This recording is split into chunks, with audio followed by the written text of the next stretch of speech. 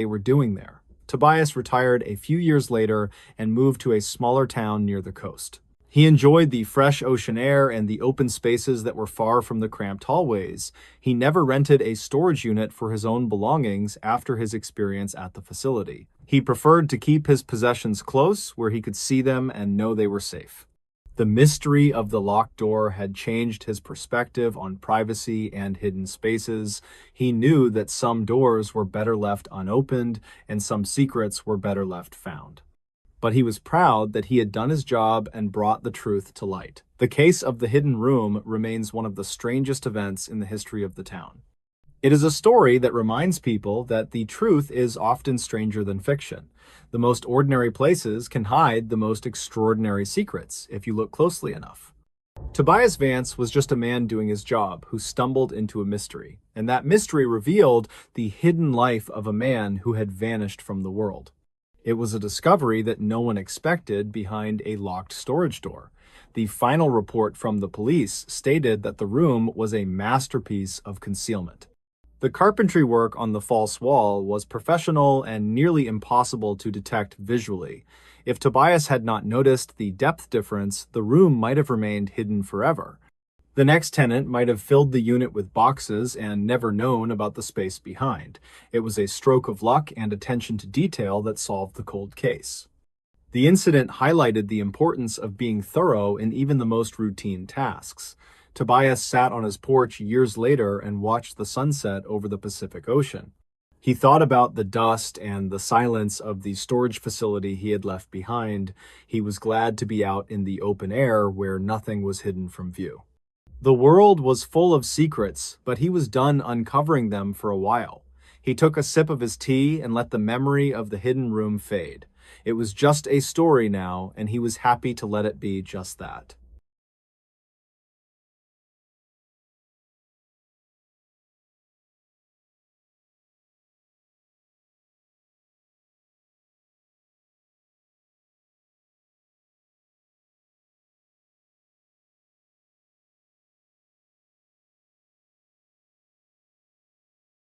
This recorded call changed a small town forever. The heavy rain hammered relentlessly against the dark, reinforced glass of the dispatch center in the quiet town of Oakhaven. Elias Thorne adjusted his headset and took a slow sip of lukewarm coffee from his chipped ceramic mug. He had been working the graveyard shift for 7 years and usually enjoyed the deep silence of the night. The town was nestled in the Pacific Northwest and was surrounded by miles of dense and ancient pine forests. Most of the calls at this hour were related to minor noise complaints or traffic accidents on the highway. Elias glanced at the digital clock on his console, which read exactly 3:14 in the morning. He leaned back in his ergonomic chair and watched the heavy rain streak down the windows like running tears. The silence of the room was suddenly shattered by the sharp and rhythmic ringing of the emergency line. Elias sat up straight and tapped the answer button on his console with a practiced and steady hand. He spoke his standard greeting and asked the caller to state their emergency clearly for the official record. There was no immediate response from the other end of the line, only the sound of heavy static. Elias repeated his question and pressed the volume up button to hear the background noise more clearly.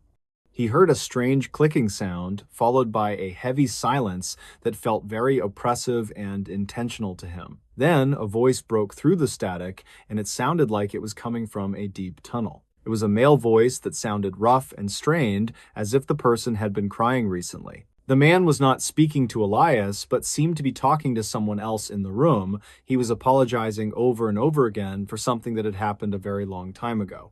Elias quickly started the trace program on his computer to locate the precise origin of the strange call. The voice on the line continued to ramble about a red door and a missing silver key. The trace came back with a location on the outskirts of town near the abandoned lumber mill property. The address belonged to a dilapidated farmhouse that had been empty since the year 1999. Elias signaled for Officer Silas Reed, who was on patrol in that sector, to respond to the scene. He kept the line open and listened intently to the disturbing monologue coming from the other end. The man was describing a location in the woods where the ground was always soft and wet. He mentioned a specific oak tree that had been struck by lightning nearly 2 decades ago during a storm. Officer Reed acknowledged the dispatch and turned his cruiser toward the Old Mill Road without hesitation. The rain was turning the dirt road into thick mud and making the drive difficult and dangerous. Elias relayed the information from the call to Reed as he drove through the blinding storm that night. The voice on the phone suddenly stopped speaking and was replaced by a high-pitched mechanical whine. It sounded like a tape rewinding or an old machine struggling to operate properly in the damp air. Elias realized with a sudden jolt that he might be listening to a recording rather than a live person. The line went dead with a loud click before Elias could ask any more questions to the caller.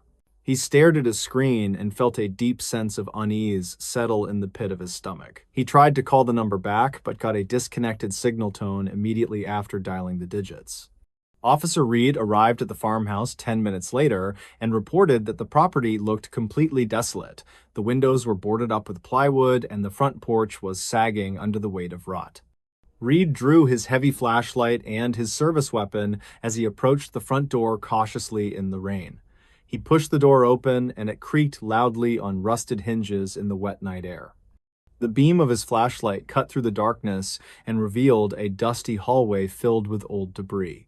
Reed announced his presence loudly, but there was no answer from inside the dark and empty house. He moved room by room and checked for any sign of a squatter or a recent intruder. The house smelled of mildew and old wood and damp earth from the storm raging outside the walls. He reached the kitchen at the back of the house and found something sitting on the rotting table. It was an old reel-to-reel tape recorder that was plugged into a portable battery pack. A telephone handset was lying next to the speaker of the machine, which had been taken off the hook. Someone had rigged the device to play the tape into the phone and then disconnected the line. Reed secured the scene and called for a detective to come out and process the strange evidence. This was not a random prank, but a deliberate attempt to send a message to the local police. Elias listened to the initial report from Reed and felt a cold chill run down his spine. Detective Miller arrived at the scene an hour later to collect the recorder and the magnetic tape. They brought the device back to the station where the audio equipment was much better for analysis. Elias stayed past the end of his shift because he needed to know what was on that tape. They set up the reel in the evidence room and prepared to play it from the very beginning. The tape started with a long period of silence, followed by the sound of a heavy door closing. Then, the voice that Elias had heard on the phone began to speak again clearly and without static. The audio quality was much higher on the master tape than it had been over the phone line. They could hear background noises that had been lost in the transmission of the call that morning. There was the sound of a train whistle blowing in the distance at regular intervals on the recording. Detective Miller noted that the train tracks near the mill had been removed in 2001. This confirmed that the recording had been made at least 20 years ago or possibly even earlier. The man on the tape was confessing to a crime that had haunted the town for decades. He spoke about a girl named Sarah who had vanished on her way home from school one afternoon. Sarah had gone missing in 1998, and her body had never been found by the police. The man on the tape described exactly how he had lured her into his car that day. He detailed the route he took into the woods and where he had buried her body afterwards. He mentioned the lightning-struck oak tree that Elias had heard about during the initial phone call. The level of detail in the confession was sickening and left no doubt about its authenticity to the officers. Detective Miller stopped the tape and looked at Elias with a grim expression on his face. They needed to identify the voice on the tape to catch the killer if he was still alive. Elias suggested they run the audio through the digital database to check for potential voice matches. The town was small enough that the police had records of many residents over the last 30 years. They isolated a clear section of the speech and fed it into the computer system for analysis. The software took several minutes to process the audio file while they waited in the silent room. The results came back with a 90% match to a man named Arthur Vance who lived nearby. Arthur Vance was a prominent figure in the community who had served on the town council for years. He was known for his charity work and had even helped organize the search for Sarah back then. The revelation that he could be the killer sent a shockwave through the small room of officers. Detective Miller immediately requested a warrant to search the property that Vance owned near the woods. They also needed to bring Vance in for questioning immediately before he could flee the area that morning. A convoy of police vehicles headed out to the Vance residence as the sun began to rise. The rain had finally stopped, but the sky was still gray and heavy with dark clouds. Arthur Vance was eating breakfast on his porch when the police cars pulled into his long driveway. He did not run or fight, but simply set down his coffee cup and sighed deeply. He looked like a man who had been waiting for this moment for a very long time. Detective Miller read him his rights and placed him in the back of the patrol car without incident. Meanwhile, another team of officers went to the location described in the tape recording near the old mill. They found the old oak tree, which was now just a blackened stump covered in thick green moss. The ground around the tree was overgrown with thick brush and thorny blackberry vines that tore their clothes. They brought in a cadaver dog to search the area for any sign of human remains buried there. The dog alerted on a patch of earth about 20 feet behind the old tree stump almost immediately. The officers began to dig carefully with shovels and trowels to preserve any evidence they might find. It took 4 hours of digging before they found the first piece of clothing in the dirt. It was a tattered blue backpack that matched the description of the one Sarah had carried that day. A few moments later, they uncovered skeletal remains wrapped in a heavy plastic tarp that was preserved. The forensic team moved in to document the scene and recover the body for proper identification. Elias watched the news footage from the station and felt a heavy sadness for the family of the girl. The mystery of what happened to Sarah had finally been solved after all these years of wondering. The interrogation of Arthur Vance revealed the strange truth about the phone call that came in that night. Vance had not made the call himself, nor had he set up the tape player in the farmhouse. He claimed that he had kept the tape in a safe deposit box as a twisted memento. He had recently stopped paying for the box, and the contents were sent to his estranged son. His son had listened to the tape and recognized the voice of his father immediately and with horror. The son was too afraid to confront his father or walk into the police station himself with it. Instead, he had broken into the abandoned farmhouse and set up the elaborate call to the police. He wanted the police to hear the confession without having to testify against his own father in court. It was a desperate act by a young man who was burdened with a terrible truth he found. The police located the son a few days later, and he corroborated the entire story to them. He was not charged with any crime, given the extenuating circumstances and his cooperation with the investigation. Arthur Vance was charged with first-degree murder and kidnapping based on the overwhelming evidence found. The trial was a short affair because the voice on the tape was undeniable proof of his guilt. Vance pleaded guilty to avoid the death penalty and accepted a sentence of life in prison without parole. The town of Oak Haven was forever changed by the events of that rainy Tuesday morning in August. The people realized that a monster had been living among them in plain sight for decades without suspicion. The trust that had held the small community together was fractured and took years to heal completely. Elias continued to work as a dispatcher, but the job felt different to him now after that night. He found himself listening closer to every call and analyzing every background noise he heard on the line. He realized that the truth often hid in the quiet spaces between the words people spoke to him. The recording of Arthur Vance was archived as a case study in criminal psychology at the State Academy. It showed how guilt could be preserved on magnetic tape long after the crime was committed. The farmhouse where the call originated was eventually torn down by the city safety inspectors a year later. The land was cleared and left empty as a silent memorial to the tragedy that was revealed there. Sarah was given a proper burial in the town cemetery next to her parents who had passed away. A large crowd gathered to pay their respects and finally say goodbye to the lost girl. Elias stood at the back of the service and watched the leaves fall from the trees in silence. He thought about the random nature of the discovery and how close the secret came to being lost. If the son had simply thrown the tape away, the truth would have remained buried forever. It was a reminder that justice sometimes arrives in strange and unexpected ways when we least expect it. The case became a legend in the county and was discussed by rookie officers for years to come.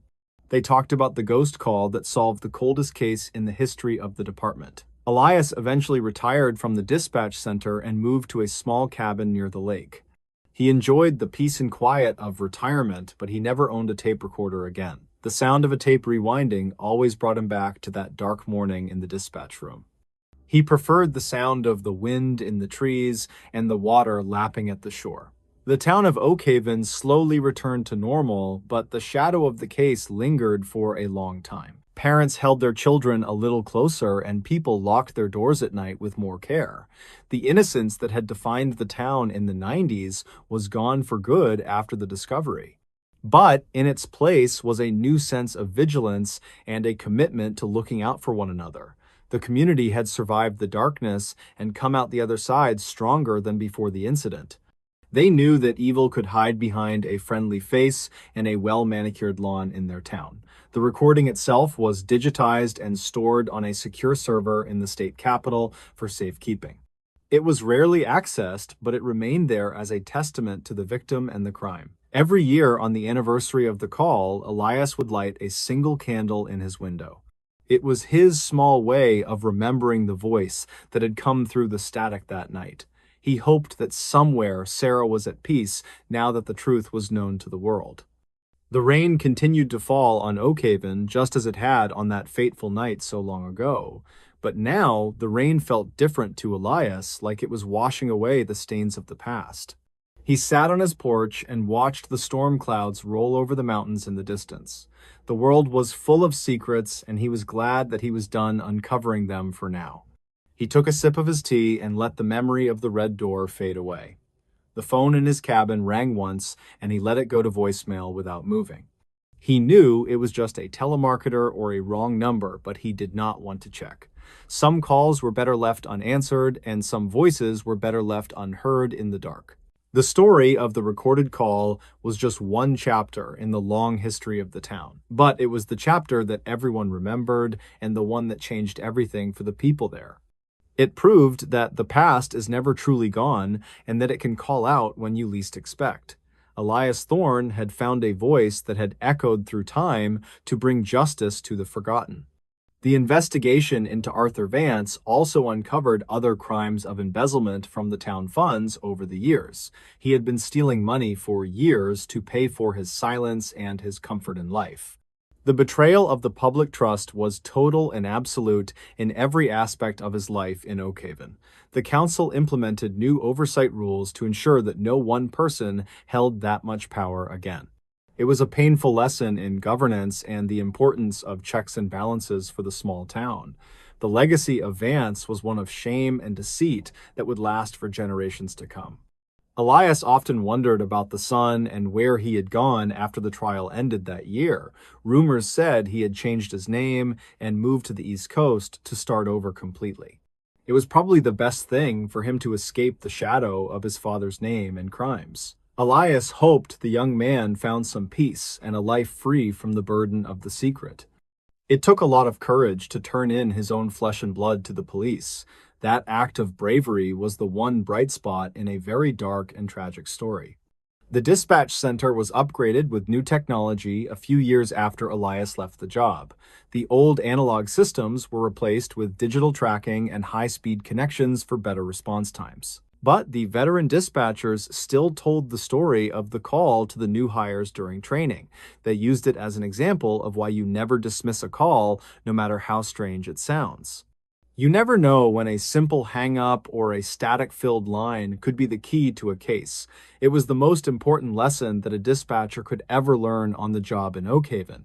The old mill where the search had started was eventually turned into a public park for the town. The trails were paved and the dangerous machinery was removed for safety reasons to protect the children. Families walked their dogs and had picnics in the shadow of the old industrial buildings on weekends. It was a nice transformation that brought life back to a place that had been dead for years. But deep in the woods behind the park, the stump of the oak tree remained undisturbed. It was left alone as a solemn marker of the history of the land and the tragedy. Nature slowly reclaimed the site and covered the scars in the earth with green growth and flowers. The blackberry vines grew back thicker than before and hid the ground from view once again. But the people of Oakhaven knew what had happened there, and they respected the space and the memory. It was a part of their collective memory that would not be erased by time or weather. The story of the recorded call passed into the folklore of the region as a warning to all. It was a story about technology and conscience and the inevitable nature of truth coming to light. Elias sat by his fireplace and watched the flames dance on the logs in the hearth that night. He felt a deep sense of satisfaction knowing that he had done his part to help the town. He had been the one to answer the phone and the one to listen when no one else would. It was a small role in the grand scheme of things, but it was a vital one. He closed his eyes and listened to the crackle of the fire and the rain on the roof. The silence of the night was no longer oppressive, but comforting and full of peace for him. He knew that the town was safe for now, and that was enough for him to sleep soundly. The darkness had receded, and the light had returned to Oakhaven at last after the long storm. The phone on the table remained silent, and Elias smiled to himself in the warm glow of the fire. He was finally truly off the clock, and he intended to stay that way for the rest of his life. The call that changed the town had also changed him in ways he was just beginning to understand, and as he drifted off to sleep, he knew that he would never forget the voice on the tape. The confession of a guilty man had set a town free from its past and brought justice home. It was a strange irony that a recording of a crime became the instrument of justice in the end. But life was full of strange turns, and Elias had seen more than his fair share of them. He slept soundly that night without any dreams of red doors or missing keys or static. The morning sun would rise on a town that was a little wiser and a little sadder than before. But it was a town that was finally honest with itself, and that was a good thing for everyone.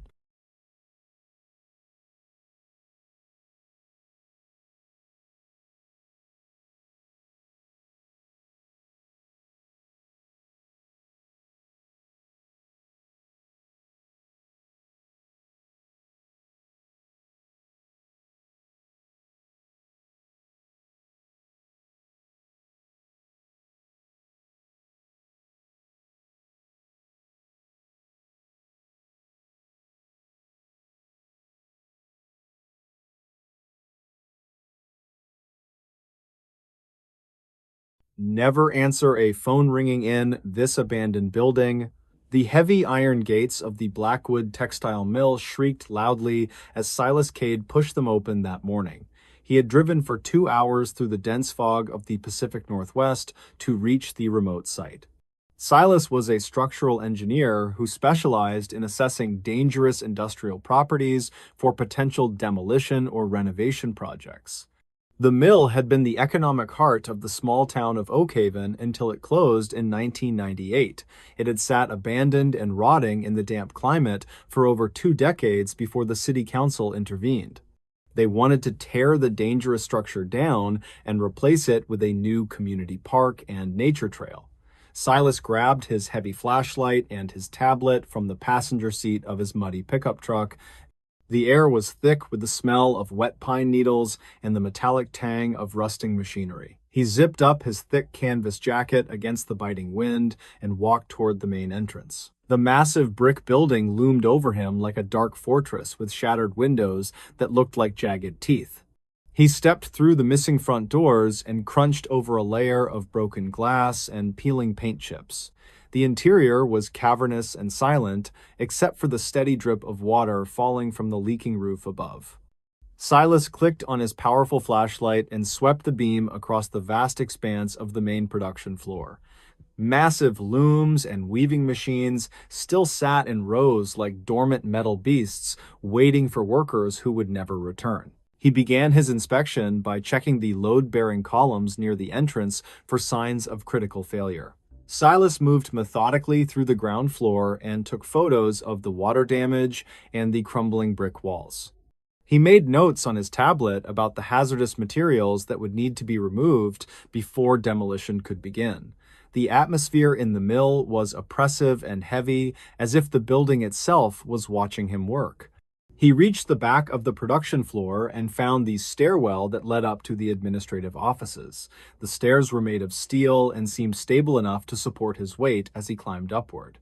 He reached the second-floor landing and found himself in a long hallway lined with frosted glass doors. This area had been the domain of the managers and the payroll clerks who ran the business side of the mill. Silas pushed open the first door on his left and found an office filled with overturned filing cabinets. Papers from the late 1990s were scattered across the floor and covered in a thick layer of gray dust. He walked down the hall and checked each room to ensure there were no squatters or animals living inside. The silence of the building was suddenly broken by a sound that made Silas freeze in his tracks instantly. It was the sharp and mechanical ring of a telephone echoing from one of the offices at the end of the hall. He stood perfectly still and listened as the phone rang again with a loud and insistent trill. His mind raced to find a logical explanation for a working phone in a building abandoned for 20 years. The power had been cut decades ago, and the landlines should have been dead long before that day. Curiosity overcame his initial fear, and he moved slowly toward the source of the strange ringing sound. He reached the last door on the right, which had a clouded glass panel with the word Director stenciled on it. The ringing was coming from inside this office, and it seemed to get louder as he reached for the knob. Silas pushed the door open and shone his light onto a large mahogany desk that sat in the center. A heavy black rotary telephone was sitting on the dusty blotter and vibrating with each mechanical ring. He stared at the device in disbelief as it continued to demand his attention in the empty room. Silas walked around the desk and hesitated for a moment before he reached out to lift the receiver. He held the cold plastic against his ear and said hello in a voice that shook slightly. There was a moment of static on the line, followed by the sound of heavy and ragged breathing. A voice whispered on the other end, and it sounded like a young woman who was terrified and crying. She said that she was trapped in the drawing room and she could hear him walking outside the door. Silas asked who she was and told her that he was a structural engineer inspecting the building alone. The woman did not seem to hear him and continued to beg for help in a frantic whisper. She said that the man who took her had locked the heavy metal door and left her in the dark. She mentioned that the air was getting thin and she was so cold that she could not feel her fingers. Silas felt a surge of adrenaline and told her to stay on the line while he came to find her. He dropped the receiver onto the desk and ran out of the office and back toward the stairwell. He knew from the floor plans that the drying rooms were located in the basement level of the facility. He bounded down the steel stairs, taking them two at a time and risking a serious fall in his haste. The voice on the phone had sounded so real and immediate that he did not question the logic. He reached the ground floor and sprinted across the production floor toward the heavy freight elevator in the corner. The elevator was obviously broken, so he found these service stairs that led down into the darkness of the basement. The air grew colder and smelled of mold and stagnant water as he descended into the bowels of the mill. He reached the bottom and found himself in a maze of concrete corridors that were lined with rusted pipes. He shouted hello, but his voice just echoed off the damp walls and faded into the silence. Silas checked his tablet for the location of the drying rooms and saw they were in the east wing. He ran down the corridor and swept his light from side to side, looking for the heavy metal doors. He finally found a row of industrial steel doors that were used to seal the fabric drying chambers. Most of the doors were hanging open or missing entirely, but one door at the end was shut tight. He ran to the closed door and pounded on the metal surface with his fist while shouting for the woman. There was no answer from inside the chamber, and the heavy iron latch was rusted into the locked position. Silas looked around for something to use as a pry bar and found a length of steel pipe nearby. He jammed the pipe into the mechanism of the latch and pulled with all his strength to break the seal. The rust gave way with a loud screech, and the latch popped up, allowing the door to swing open. Silas shone his light into the small windowless room and prepared himself to help the trapped woman inside. But the room was completely empty except for a pile of old rags in the far corner of the floor. There was no young woman and no sign that anyone had been in the room for many years. Silas stepped inside and walked over to the pile of rags to inspect them more closely in the light. He realized with a jolt of horror that the rags were actually a decayed backpack and a blue jacket. Underneath the clothing, he saw the unmistakable shape of human skeletal remains curled into a fetal position. He stumbled back from the gruesome discovery and covered his mouth to suppress a wave of nausea. This was not a rescue mission anymore, but the discovery of a crime scene that was decades old. Silas retreated from the basement and ran back up the stairs to the ground floor where he had cell service. He called the county sheriff and reported that he had found human remains in the basement of the mill. He waited outside by his truck in the rain and tried to process the impossible events of the last hour. Sheriff Miller arrived 20 minutes later with 2 deputies and a team of paramedics who were not needed. Silas led them down to the basement and showed them the drying room and the remains on the floor. The sheriff secured the scene and called for the coroner and the state forensic team to come out. They spent the rest of the day processing the scene and collecting evidence from the damp concrete room. Silas gave his statement to the sheriff and explained exactly how he had found the location of the body. He told them about the ringing phone and the terrifying conversation he had with the woman on the line. Sheriff Miller looked at him with a skeptical expression but wrote down every detail in his notebook. The sheriff asked Silas to show him the office where he had answered the phone call earlier that morning. They walked up to the second floor and entered the director's office, which was still undisturbed. The black rotary phone was sitting on the desk with the receiver lying on the blotter where Silas left it. Sheriff Miller walked behind the desk and followed the cord of the phone down to the floor. He picked up the end of the cord and showed Silas that it was severed and frayed at the tip. The wire had been cut or chewed through by rats years ago and was not connected to any wall jack. There was absolutely no way that the phone could have rung or received a call without power or connection. Silas stared at the severed cord and felt a cold sweat break out on his forehead. He knew what he had heard, and he knew that the voice had led him directly to the body. The forensic team later identified the remains as those of a girl named Lena Graves.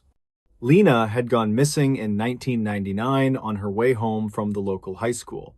She had been 16 years old, and her disappearance had been the biggest unsolved mystery in the town history. The police found a student ID card in the backpack that confirmed her identity beyond any doubt.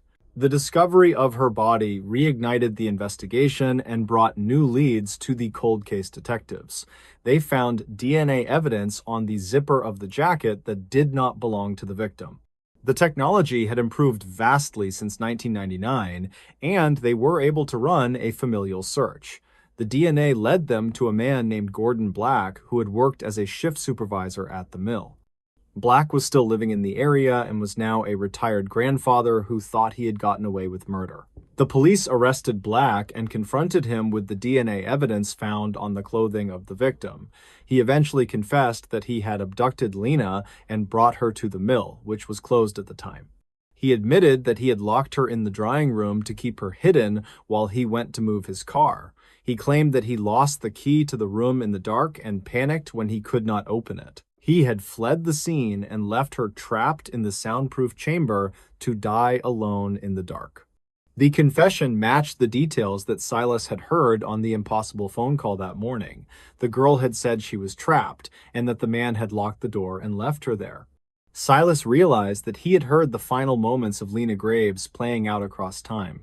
It was a phenomenon that defied all scientific explanation, but the result was undeniable justice. Gordon Black was charged with kidnapping and first-degree murder and was sentenced to life in prison. The town of Oak Haven was finally able to put the mystery of the missing girl to rest. Lena was given a proper burial next to her parents who had died without ever knowing the truth. Silas Cade finished his inspection of the mill a week later, but he refused to work alone. He brought a partner with him, and they stayed in radio contact constantly while they were inside. He never went back into the director's office, and he never touched another phone in an abandoned building. The mill was eventually demolished as planned, and the new park was named in memory of Lena Graves. The dark brick fortress that had loomed over the town was replaced by green grass and walking paths. But Silas never visited the park even after it was completed and open to the public. He could not shake the memory of the voice on the phone and the fear in her tone. He often wondered why he was the one chosen to receive that message after so many years. Perhaps it was simply because he was the first person to walk down that hallway in a long time. Or maybe the energy of the tragic event had been waiting for someone who would listen and act. The story of the phone call became a local legend that was whispered around campfires in Oakhaven. Most people dismissed it as a ghost story or a fabrication to make the discovery more dramatic. But the police report contained the official statement from Silas about the call that led to the body. And the sheriff could never explain how Silas knew exactly which door in the basement to open. There were dozens of drying rooms in the facility, and searching them all would have taken days. Silas had walked straight to the correct door because the voice had told him where she was. It was a chilling reminder that the truth has a way of surfacing no matter how deep it is buried. The severed phone cord was placed in the evidence locker along with the other items from the case. It sat in a plastic bag as a silent testament to the impossible connection that solved the crime. Silas eventually moved away from the Pacific Northwest and took a job in a sunny southern state. He wanted to be far away from the dark forests and the rain and the old industrial ruins, but he found that he could not escape the memory of that day no matter where he went. Every time a phone rang in a quiet room, he would flinch and feel a spike of anxiety. He started keeping his cell phone on silent mode permanently to avoid the sudden, jarring sound of a ring. The experience had changed his view of the world and the boundaries of what was possible. He knew that there were things in this life that could not be measured by engineering or science. The mill was gone, but the echo of the tragedy remained in his mind forever. He often thought about Lena and hoped that she had finally found peace after being found. The justice system had worked, but it was 20 years too late to save her life. Silas took some comfort in knowing that her killer was behind bars and could not hurt anyone else. But the guilt of not being able to do more weighed on him even though it was irrational. He was just a man who answered a call that should not have been possible. And that call had changed the course of justice for a small town that had lost hope. The case of the phantom call was studied by paranormal researchers who read about it in the papers. They theorized that the emotional energy of the victim had imprinted on the location. The phone was simply a conduit for that energy to manifest when a receiver was nearby. It was a fascinating theory, but it offered little comfort to the man who had lived through it. Silas preferred to think of it as a final plea for help that finally reached the right person.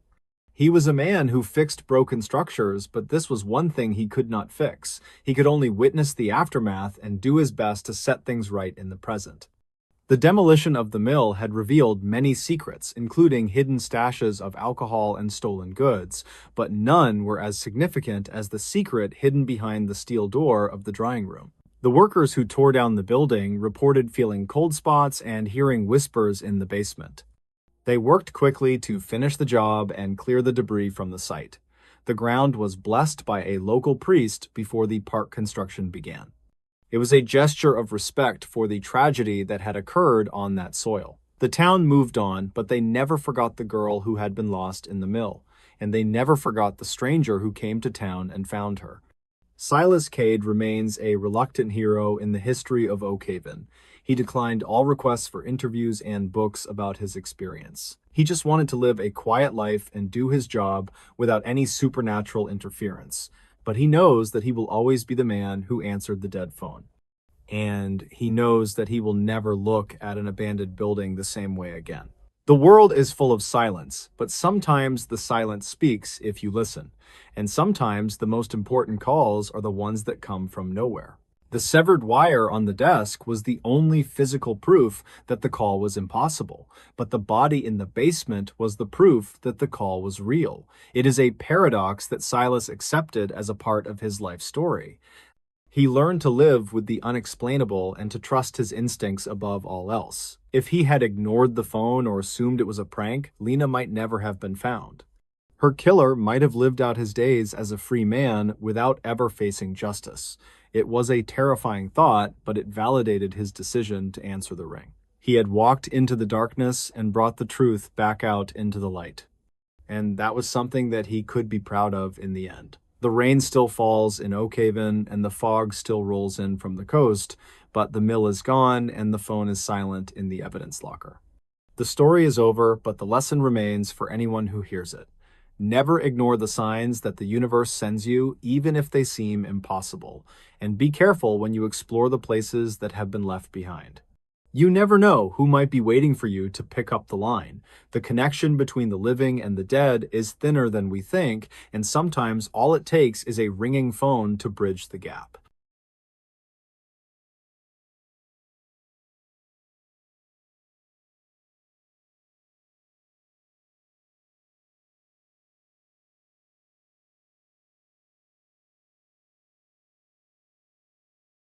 The final footage recovered from a rural highway. The digital clock on the dashboard flickered with a pale green light that read 3 in the morning.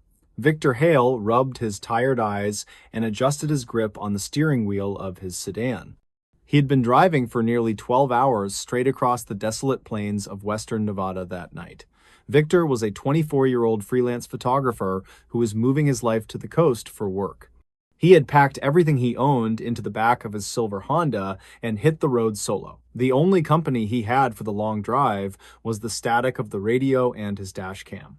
He had installed the camera just days before the trip at the insistence of his worried mother. She had read too many stories about accidents on these rural highways and wanted him to be safe.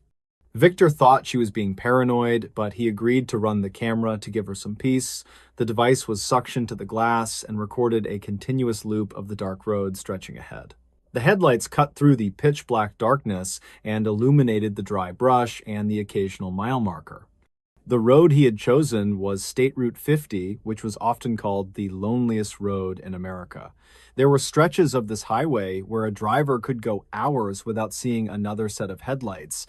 Victor had stopped for gas at a small station near the Utah border about 2 hours ago. The attendant had been a quiet man who stared at the packed car with a strange intensity. Victor had pumped his gas quickly and bought a bottle of water before getting back on the road. He shook off the memory of the strange man and focused on the white lines passing under his tires.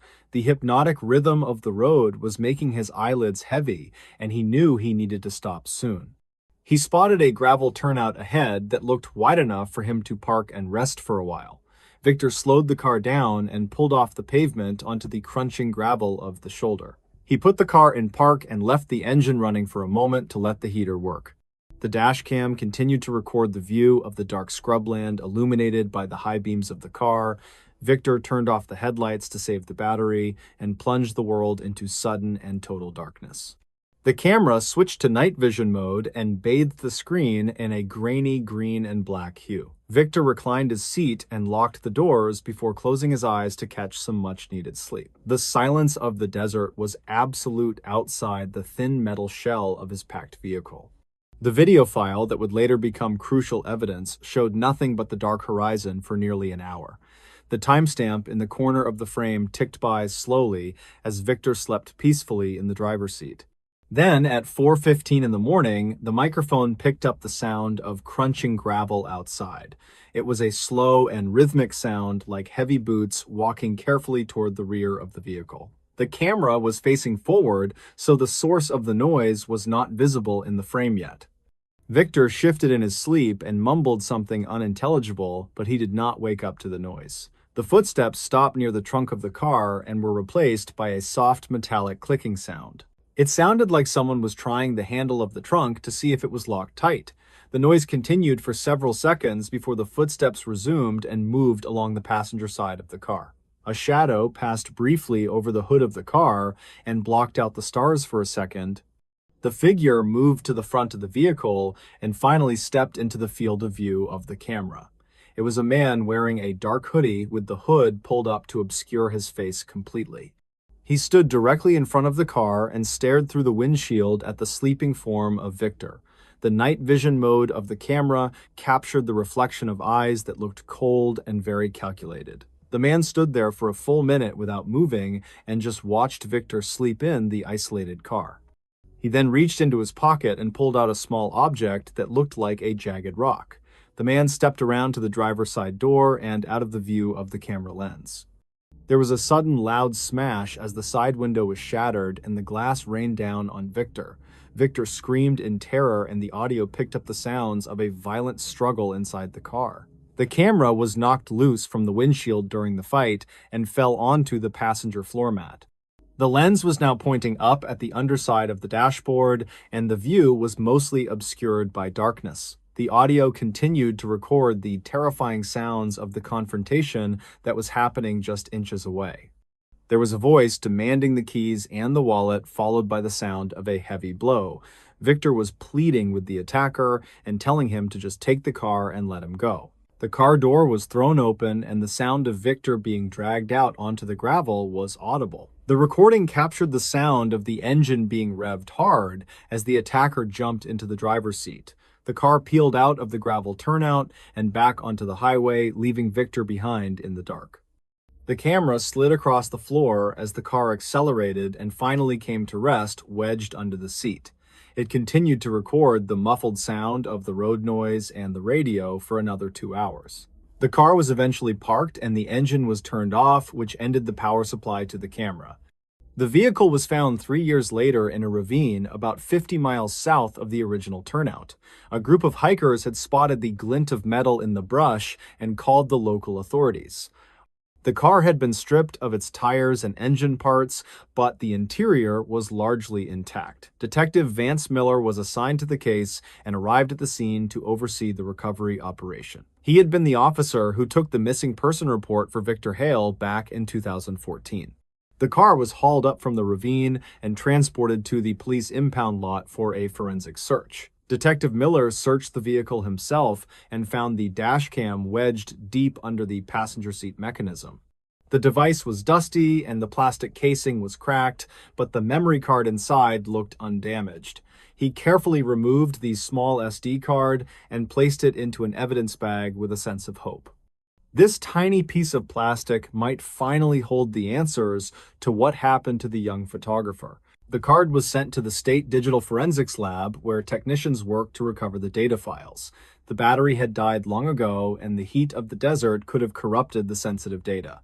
It took 2 weeks for the lab to reconstruct the video files and send them back to Miller.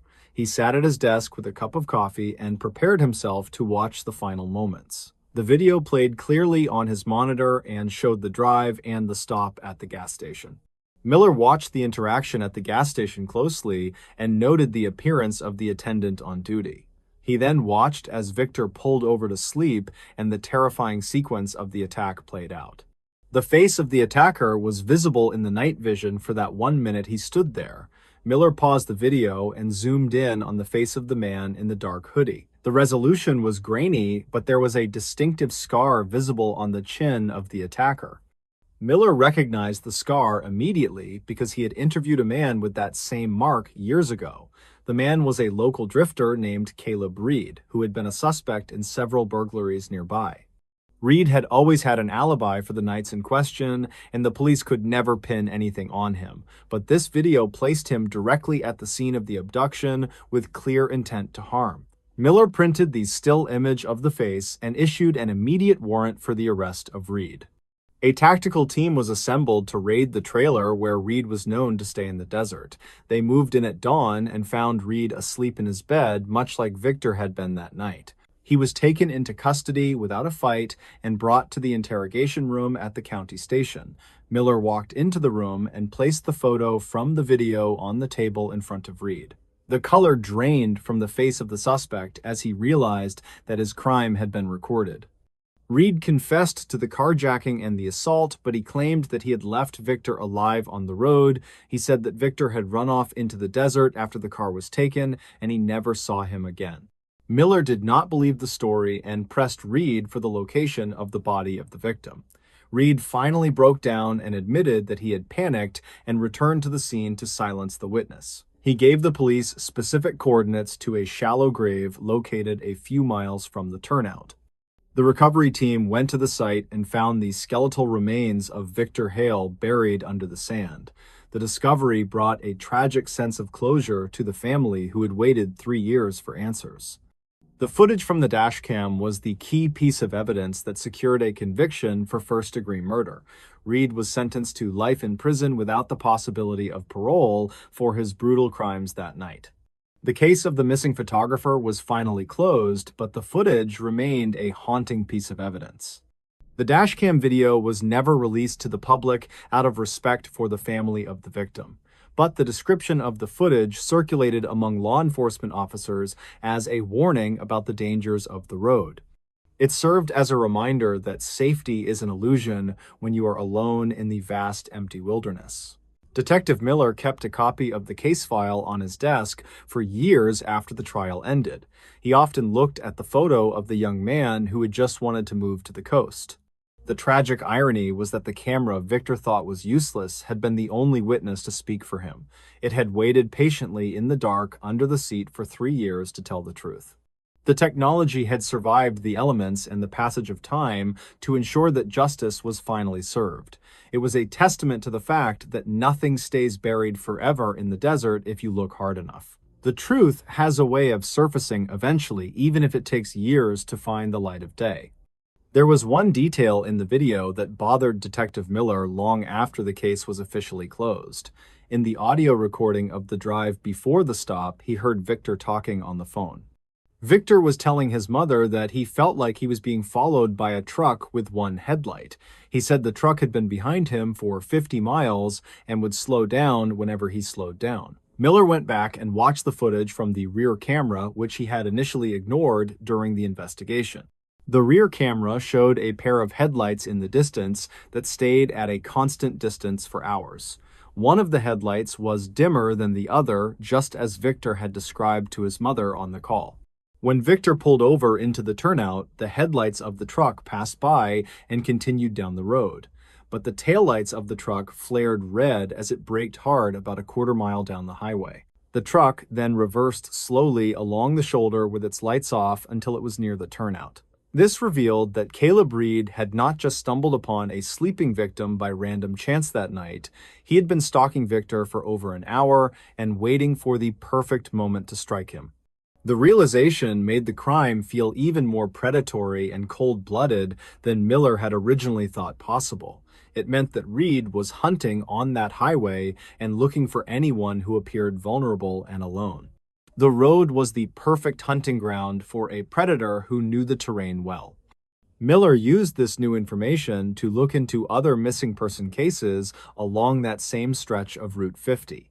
He found 2 other reports of travelers who had vanished in that area between 2010 and 14. Both vehicles had been found abandoned with no sign of the drivers and no clues to follow. Miller theorized that Reed might be responsible for those disappearances as well, based on the modus operandi. He went back to the prison to interview Reed again about the other missing people on the list. Reed refused to speak about any other crimes and maintained his silence until the day he died in prison. But the timeline and the location strongly suggested that he was a serial offender operating in the shadows. The dashcam footage had stopped him before he could claim any more victims on that dark stretch of road. It was a small comfort to the families of the potential victims who were spared by his arrest. The legacy of Victor Hale became one of saving others through the silent testimony of his camera. The story of the recovered footage became a local legend in the small towns along the highway border. People warned travelers not to stop in the remote turnouts and to keep moving until they reached a town. The gas station where Victor had stopped eventually closed down, and the building fell into disrepair and ruin. The attendant who had stared at Victor was interviewed but cleared of any involvement in the actual crime. He claimed he had just been admiring the car and wondered why a city boy was out there. Detective Miller retired a few years later and moved to a house near a lake to fish and relax. He tried to leave the darkness of the job behind him, but some cases stick with you forever. He never drove on Route 50 again, and he always advised his grandchildren to fly instead of drive. The image of the man standing in the dark watching Victor sleep haunted his dreams occasionally at night. It was the ultimate violation of safety and privacy that made the crime so terrifying to contemplate. The footage was a digital ghost story that was all the more frightening because it was completely true. It showed how quickly a life can be taken and how fragile our sense of security really is. The desert reclaimed the spot where Victor had died, and the wind erased the tire tracks in the gravel, but the digital file remained locked away in an evidence locker as a permanent record of the event. It was the final footage recovered from a rural highway, and it changed everything for those involved. The memory card is still there today, sitting in a plastic bag labeled with the case number and date. It contains the last sunset that Victor ever saw and the face of the man who took his life. It is a small piece of plastic that holds a massive amount of tragedy and truth within its circuits. And it serves as a silent warning to anyone who thinks that they are truly alone on the road. You never know who might be watching from the darkness just beyond the reach of your headlights. Miller sometimes wondered if Victor had sensed the danger before he fell asleep in the car that night. The phone call to his mother suggested that his instincts were screaming at him to keep moving. If he had just driven another hour, he would have reached a town with a motel and safety. It was a series of small decisions that led to a catastrophic outcome that could not be undone. That is the nature of tragedy and the burden of hindsight that the living must carry for the dead. The case was featured in a documentary about highway crimes and the importance of dashcam evidence in investigations. The producers asked to use the actual footage, but the family and Miller refused the request firmly. They did not want the death of Victor to be used for entertainment or shock value on television. The story was told through reenactments and interviews, which was powerful enough to convey the horror. The message was clear that technology can be a powerful tool for justice in the modern world. The documentary ended with a shot of the highway stretching out into the endless horizon at sunset. It was a beautiful and deadly landscape that held countless secrets in its vast open spaces. The viewer was left with a feeling of unease and a newfound respect for the dangers of travel. And somewhere in a cold evidence room, the real footage sat in the dark, waiting to be forgotten. But the story of Victor Hale would ensure that the lesson was remembered for a long time. The final report on the case concluded that the recovery of the camera was a 1 in a million chance. If the hikers had not strayed off the trail, they would never have seen the wreck in the brush. The car would have rusted away into nothing, and the truth would have vanished along with it. It was a stroke of luck that brought peace to a grieving family and justice to a killer. It was the final act of a young man who just wanted to document his journey to a new life. And in a way, he did document his journey, but it was not the one he had intended to take. He documented the end of his path and left a map for others to find him in the dark. That was the power of the final footage recovered from a rural highway on that fateful day. It was a story of light and shadow and the thin line that separates the two in our lives. And it was a story that would be whispered on the wind of the high desert for generations.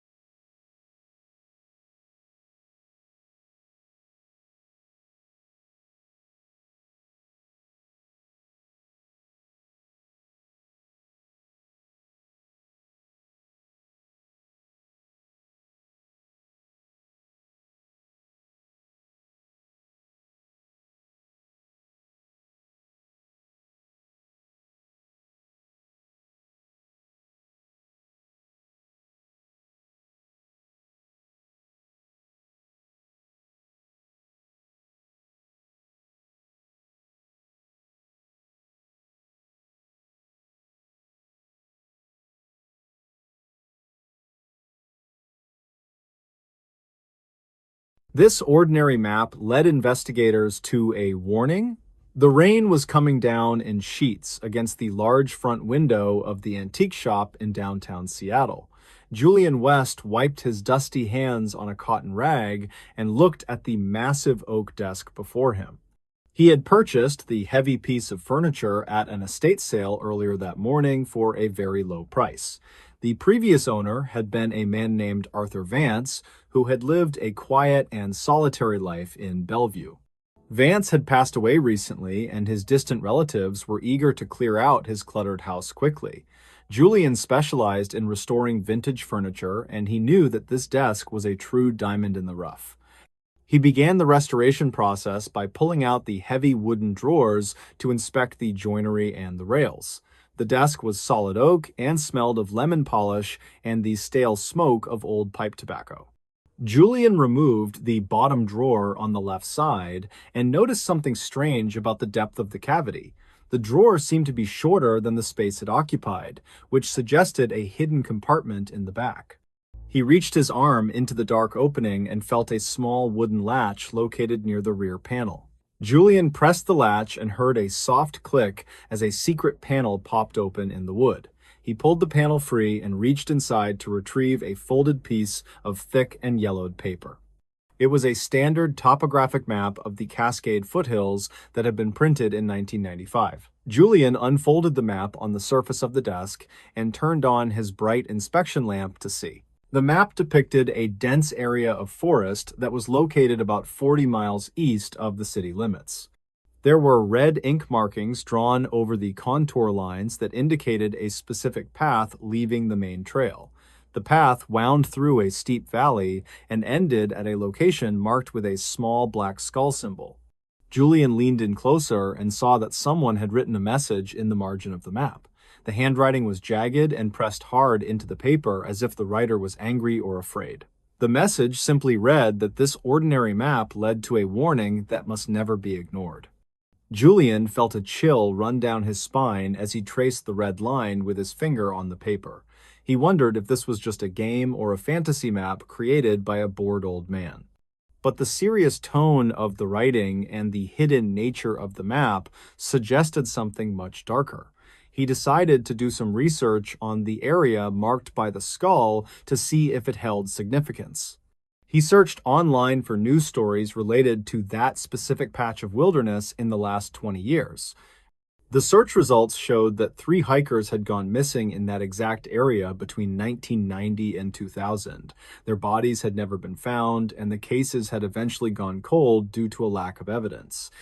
Julian stared at the screen and realized that the map might be the key to solving those disappearances. He knew he should call the police immediately, but he felt a strange compulsion to see the location himself. He wanted to verify that the path on the map actually existed before he involved the local authorities. He waited until the rain stopped the following morning and packed his hiking gear into his old truck. Julian drove out to the trailhead marked on the map and parked his vehicle in the empty gravel lot.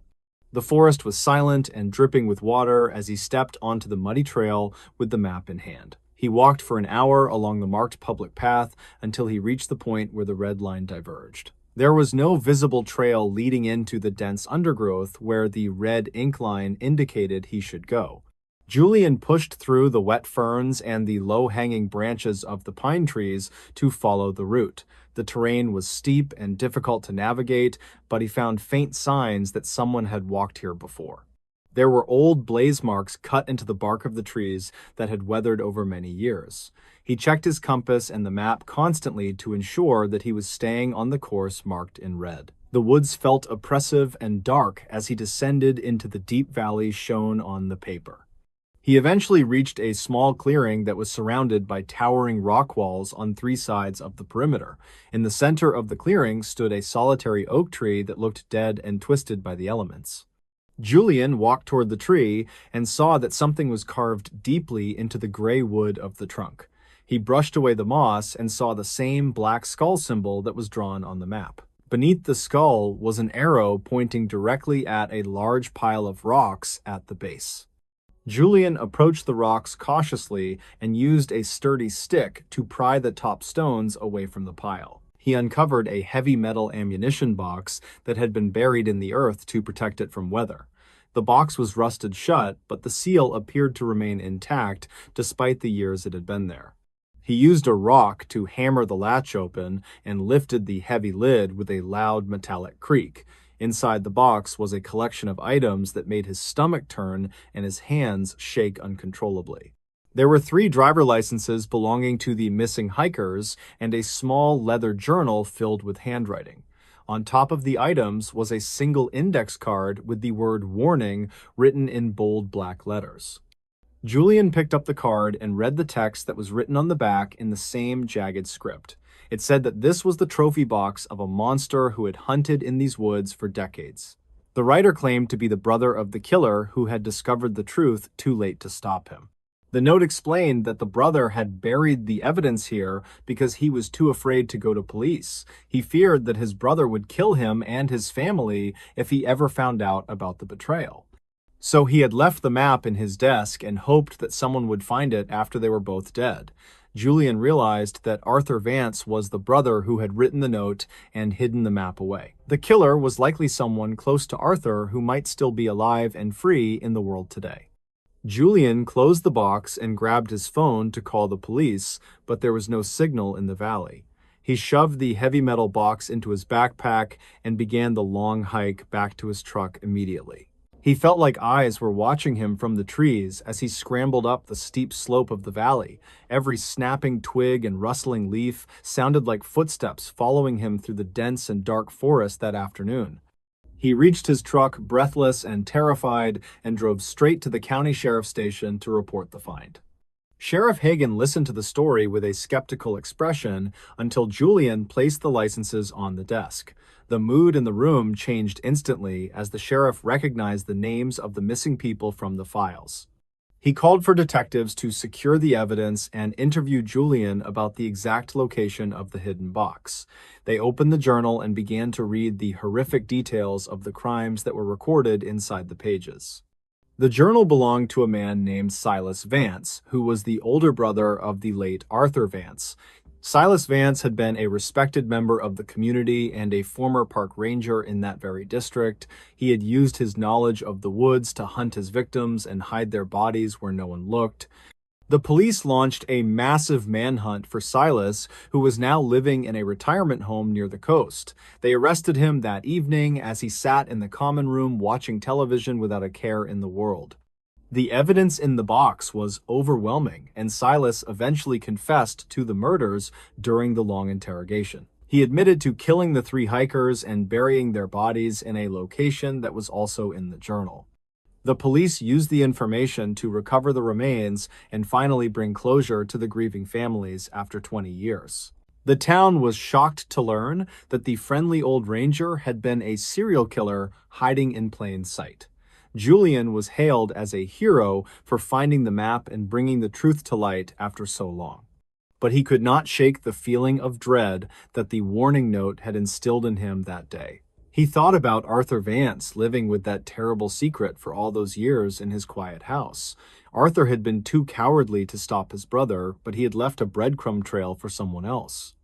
Julian went back to the shop and looked at the desk that had started the entire chain of events. He felt a strange connection to Arthur and a sadness for the burden the man had carried alone. He decided to keep the desk as a reminder that secrets always have a way of surfacing eventually. The police investigation revealed that Silas had suspected his brother knew about the crimes but never confronted him directly. The 2 brothers had played a silent game of cat and mouse for decades until they both grew old. The map was Arthur's final move in the game, and it was the one that finally checkmated his brother. The warning on the map was not just about the danger in the woods, but about the danger of silence. It was a warning that evil can thrive when good people are too afraid to speak the truth aloud. Julian eventually sold the antique shop and moved to a different city to start a new life away from there. He wanted to escape the memories of the rain and the dark woods and the heavy oak desk. But he kept the map in a frame on his wall as a testament to the strange twist of fate. It was an ordinary map that looked like any other piece of paper you might find in a glove box. Yet it had led investigators to a warning that solved 3 murders and caught a monster in the end. The case became a legend in the Pacific Northwest and was studied by criminal profilers for many years. They analyzed the relationship between the brothers and the psychology of keeping such a dark secret for so long. The story served as a grim reminder that you never really know what is hiding in the hearts of others. Even the people closest to you can harbor darkness that is unimaginable until the truth is finally revealed. Julian often thought about the moment he found the false bottom in the drawer of that old desk. It was a simple mechanical latch that separated the mundane world from a nightmare of violence and death. If he had not been so thorough in his restoration work, the map might have stayed hidden forever. The box in the woods would have rusted away, and the victims would have remained lost in the earth. It was a chilling thought that reinforced his belief that everything happens for a reason in this life. The ordinary map was not ordinary at all, but a key that unlocked a door to the past. The warning note was filed away in the police evidence locker along with the rusted metal ammunition box, but the words on the card remained burned into the mind of Julian West for the rest of his life. He learned to trust his instincts and to never ignore the small details that seem out of place, because sometimes the smallest thing, like a scratch on a drawer or a line on a map, changes everything. The world is full of hidden maps leading to warnings if you are brave enough to follow the path. Years later, Julian received a letter from the mother of one of the victims who had been found. She thanked him for giving her a place to mourn and for ending the uncertainty that had plagued her life. She enclosed a small photo of her daughter smiling on a hiking trail just days before she vanished. Julian placed the photo next to the map on his wall and finally felt a sense of peace about it. The darkness of the crime had been balanced by the light of the truth that he had uncovered. He realized that Arthur Vance had been a victim in his own way of the fear that controlled him. By finding the map, Julian had not only solved the murders, but he had also freed Arthur from his guilt. It was a complex web of tragedy and redemption that had spanned 2 generations of the Vance family, and it all began with a rainy afternoon and a dusty old desk in an antique shop in Seattle. The map was just paper and ink, but it held the weight of human lives within its folded creases. The warning was clear to anyone who heard the story of the discovery in the deep, dark woods. Do not keep secrets that act as poison to the soul, and do not let fear silence your voice. The truth demands to be heard, and it will find a way to escape even the deepest burial. Julian West was just the messenger who carried the warning from the dead to the living world. And in doing so, he changed the history of a small town and brought justice to those who deserved it. The story of the map and the warning is still told by the locals in the shadow of the mountains. They warn hikers to stay on the marked trails and to never follow red lines into the unknown, because you never know what you might find buried at the base of a dead oak tree in the valley, and some warnings are written in blood and fear that can never be washed away by the rain. It is a legacy that Julian West left behind without ever intending to become a part of the story. But that is how life works sometimes. When you stumble upon the secrets of the past in an old desk, you become a character in a narrative that was written long before you were born into the world. And the only choice you have is to follow the map and see where the winding path leads you. For Julian, it led to a warning that saved him from a life of ignorance and opened his eyes. And for the victims, it led to a final resting place where they could sleep in peace at last. The ordinary map remains one of the most significant pieces of evidence ever recovered in that county. It is a silent witness to the evil that men do and the guilt that eventually consumes them whole. And it is a reminder that even in the digital age, a piece of paper can still hold power. The power to warn and the power to heal and the power to bring the truth to light. That is the story of the map that led investigators to a warning in the deep woods. Julian often wondered if Silas ever knew that his brother had betrayed him in the end with that map. The look on the old man's face when the police showed him the journal suggested that he did know. It was a look of betrayal and shock that his own blood had turned against him from beyond the grave. The game was over, and the pieces had been swept from the board by the hand of fate. And all because of an ordinary map that was hidden away in the dark for 20 years. The rain still falls on the streets of Seattle, and the antique shops still sell old furniture to strangers, but Julian never bought another desk without checking every inch of it for hidden compartments first.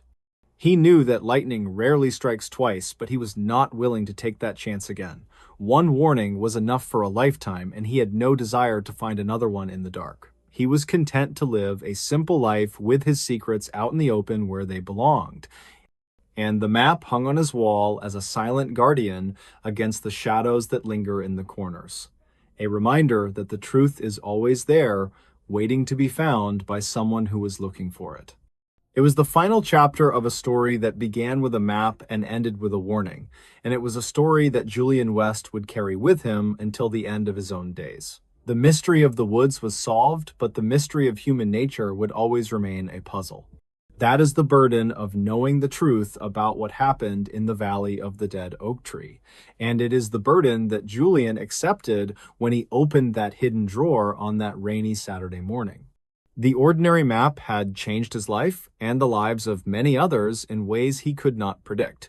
It was a powerful lesson in the importance of curiosity and the courage to do the right thing. And it was a warning that some maps are better left unfollowed if you are not ready for the destination. But Julian had been ready, and he had followed the line to the bitter end of the road, and because of him, the warning was heard, and the monster was caged, and the lost were found. It was a good ending to a dark story that had haunted the woods for far too long, and it was all thanks to an ordinary map that refused to let the past stay buried in the ground. The antique desk that started it all eventually ended up in a museum display about the strange case. Visitors would stare at the secret compartment and marvel at the simplicity of the hiding place. It was a physical link to a past that was filled with danger and secrets and hidden truths. Julian visited the museum once and stood in front of the desk with a quiet sense of pride. He had done his part to write the ending of the story that Arthur Vance had started. And as he walked out of the museum and into the sunlight, he felt a weight lift from his shoulders. The map was no longer a burden, but a symbol of the light that dispels the darkness. He walked down the busy street and disappeared into the crowd of people going about their daily lives. But he walked a little lighter and a little taller than he had before he found the map. The warning had been heeded, and the danger had passed, and the world was a safer place. It is strange how a single object can change the trajectory of so many lives in an instant. A map found in a drawer can lead to a grave found in the woods and a killer found in a home. It connects the past to the present in a way that nothing else can really do, and it serves as a reminder that we are all connected by the stories that we leave behind. The story of Julian West and the ordinary map is one that will be told for a long time, because it is a story that proves that even the most ordinary things can be extraordinary, and it proves that the truth is always worth fighting for, no matter how long it takes. Julian never forgot the smell of the old desk or the sound of the secret latch clicking open. Those were the sensory details of the moment that his life changed forever in that quiet shop. And they were the details that he would remember every time he looked at a map for the rest of his life.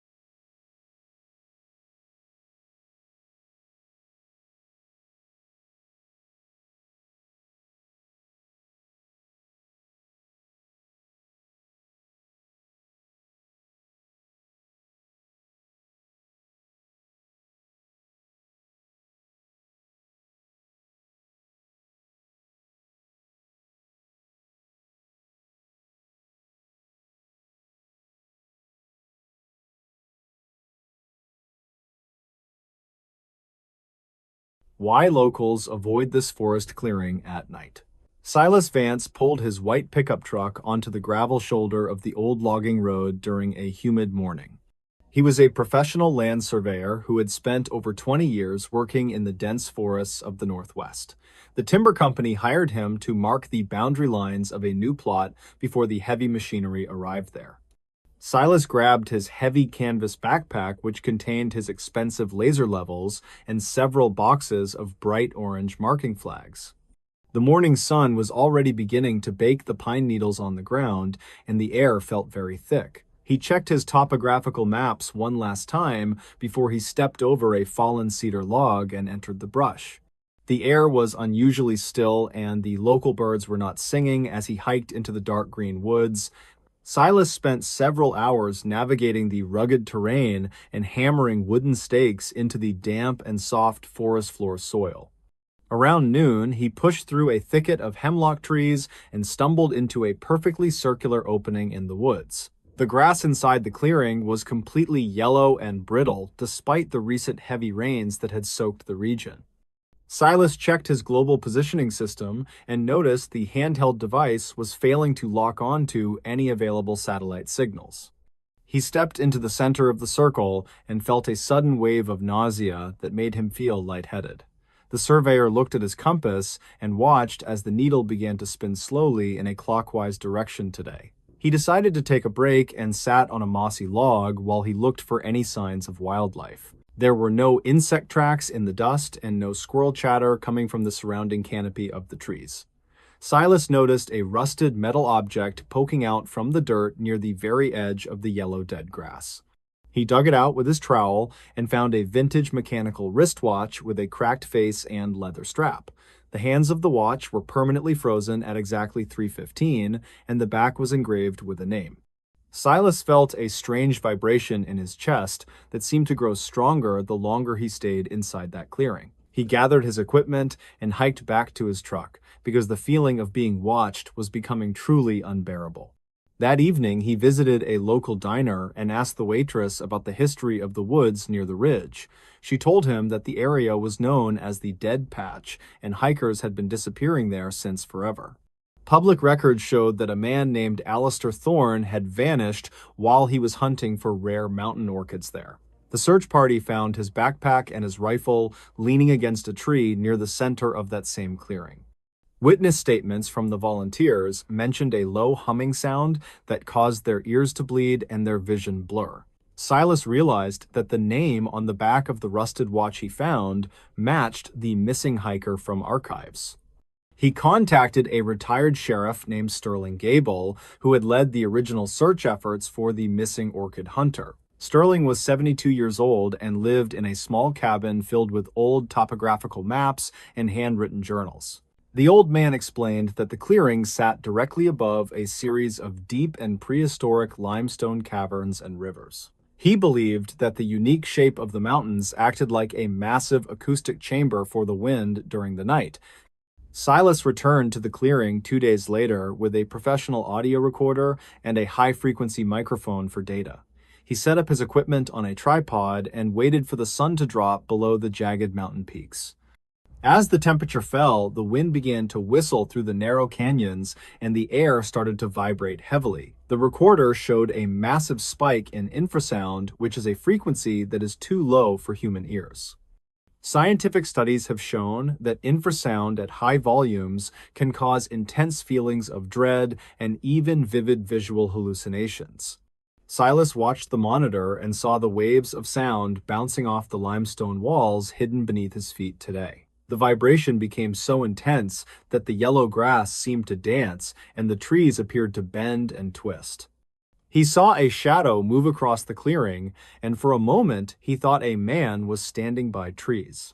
Silas reminded himself that his brain was reacting to the physical pressure of the sound waves hitting his inner ears.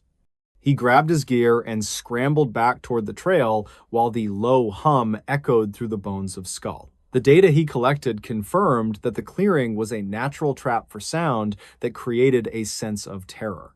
Locals avoid the area because their ancestors learned that the woods could play tricks on a person who stayed late. The mystery was not a ghost or a monster, but a physical phenomenon that turned the wind into a weapon. Silas submitted his report to the logging company and recommended they leave that specific section of the forest completely alone.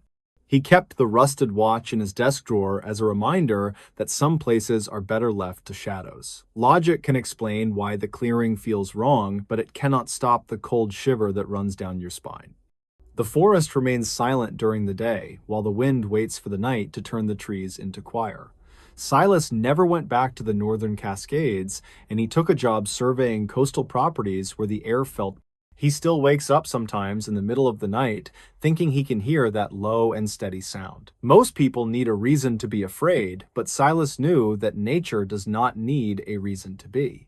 He looked at the map one last time and saw that the clearing was still marked as a void space. The company decided to build a fence around the perimeter to keep the hikers from wandering into the dangerous sound. Sterling Gable called Silas a week later to tell him that another hiker had reportedly been seen near the ridge. The dispatch logs from the local station mentioned a man who looked disoriented and was wandering in circles near the planing. Silas knew that the mountain was calling to those who were sensitive to the deep and low vibrations of Earth. He looked at the watch on his desk and saw that the hands were now moving backward at high speed. The mechanical parts should not have been working after 30 years in the dirt, but they were spinning very fast. Silas realized that the energy from the clearing had followed him home and was now affecting his personal living space. He drove to a nearby bridge and threw the watch into the deep water so he could find some peace. The ripples in the water reminded him of the sound waves he saw on his digital recorder back in forest. Nature has a way of reclaiming what belongs to it, and some things are meant to stay lost in dirt. The clearing is still there, and the wind still hums through the limestone caves when the moon is high. Silas sat in his office and wrote a long letter to the Forest Service about the dangers of the infrasound. He explained that the yellow grass was a biological reaction to the constant high-pressure vibrations from the underground caverns. The chemicals in the soil were being altered by the sound waves, which made it impossible for healthy plants to grow. He cited several archived reports from 1952 where a group of loggers abandoned their equipment in that clearing. They reported seeing impossible things and hearing voices that sounded like their own mothers calling them from the deep woods. One logger had reportedly walked into the trees and was never seen again by his coworkers or the local police. Silas felt a sense of duty to document everything he had discovered for the sake of future hikers and families. He spent several weeks organizing his photographs of the yellow grass and the readings from his digital sound recording device. The timber company was not happy with his report because it meant they would lose thousands of dollars in potential. They tried to hire a second surveyor to disprove the findings of Silas, but no one else would take job. Rumors began to circulate in the small town that Silas had been cursed by the spirits of the dead patch. He ignored the gossip and focused on his new work near the ocean, where the waves provided a different sound. The retired sheriff Sterling Gable visited him one afternoon to share a new discovery from the old county historical archives. They found a map from 1875 that showed the clearing was used as a site for ancient rituals. The native people of the area had recognized the power of the sound long before the first settlers had arrived. They called it the place where the earth speaks, and they only visited the clearing during these summer solstice events. Sterling believed that the limestone caverns were much larger than the modern maps had originally indicated to the public. He suspected that the underground river system was connected to a massive lake hidden deep beneath the mountain range itself. Silas looked at the old maps and realized that the vibrations were actually a form of natural sonar for the Freet. The sound was bouncing off the hidden water and creating a feedback loop that resonated with the frequency of fear. He felt a sense of relief knowing that there was a logical explanation for the things he had witnessed there. However, he still could not explain why the watch hands had started to move after he brought it home. He wondered if the metal of the watch had become magnetized by the intense energy of the limestone cavern system. Silas decided to stop looking for answers and focus on the quiet life he had built for himself by sea. He still keeps a copy of the final report in his safe to ensure the truth is never forgotten. The forest clearing remains a dark spot on the map where the wind continues to play its haunting and low. People still talk about the man who went into the woods and came back with a look of pure. They say that if you stand in the center of the yellow grass, you can hear the mountain breathing deep. Silas knows that the mountain is not breathing, but it is certainly alive with the energy of the ancient. He hopes that the fence remains standing and that no one else has to feel the vibration in their. The world is full of places that we do not understand, and some of them are best left alone. Silas Vance is now 70 years old, and he still avoids the woods whenever the wind begins to blow. He tells his grandchildren that the most dangerous things in this world are often the things that we cannot. The legacy of the dead patch lives on in the stories told by the locals around the warm campfires. They warn the tourists to stay on the marked trails and never to enter a circle of yellow grass. The mountain continues to hum and the limestone caves continue to echo with the sound of the invisible wind. Nature does not need to hide its secrets because most people are too afraid to look for them in. Silas closed his journal and looked out at the ocean while the sun began to set over the blue.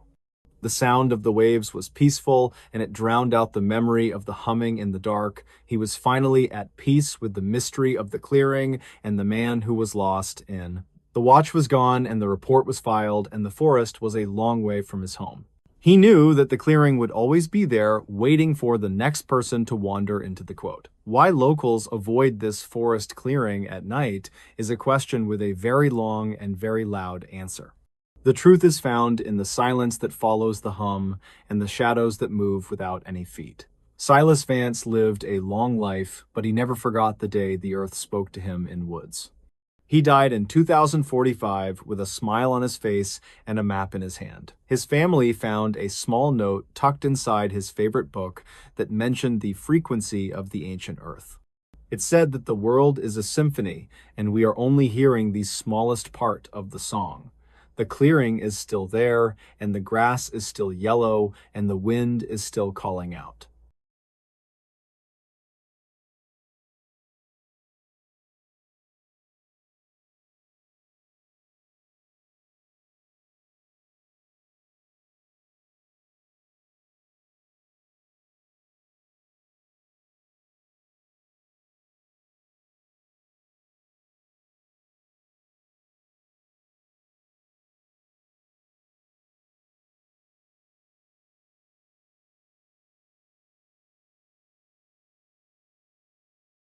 The most unsettling emergency calls from one winter. The job of a 911 dispatcher is often described as hours of total boredom interrupted by minutes of terror. Julian Vance was a 36-year-old man who had spent 12 years working the night shift in Washington. He liked the quiet of the late hours when the only sounds were the hum of the servers and wind. The winter of 2009 was the coldest season that the residents of the valley had seen in many decades. Heavy snow had been falling for 3 days straight, and most of the mountain roads were now completely blocked by drifts. Julian sat in the dim light of the dispatch center while the snow piled up against the small frosted windows. He drank a cup of lukewarm coffee and watched the green lights on the console flash as the systems ran tests. Most of the calls that night had been about fallen tree limbs or neighbors complaining about loud snowblowers in town. He expected the rest of his shift to be just as routine and forgettable as the previous 12 years of work. Julian checked the digital clock on the wall and saw that it was exactly 2:45 in the morning right now. A single red light began to blink on the emergency line console, which indicated an incoming priority call from a rural area. Julian adjusted his headset and pressed the button to accept the signal while he prepared his digital notepad for the notes. He heard nothing but the sound of heavy breathing and the faint crackle of static on the other end of line. He asked for the location of the emergency, but the caller remained silent for several long seconds before they finally spoke. A woman with a very shaky voice told him that there was a man standing in her front yard right now. She said that he was wearing a bright red coat and was just staring at her front door in the dark. Julian asked for her address, and she told him that she lived at the end of Old Mill Road near Ridge. He looked at his map and saw that her house was the most isolated property in that entire northern section today. The woman said that the man was not moving even though the wind was blowing at 40 miles per hour. Julian kept the woman on the line while he dispatched a patrol car to the remote location on Old Mill Road. He told her to lock all of her doors and to stay away from the windows until the police arrived there. The woman began to whisper that the man in the red coat was now walking toward her porch very slowly. She described his movements as jerky and unnatural, as if he was struggling to move his heavy limbs in the cold.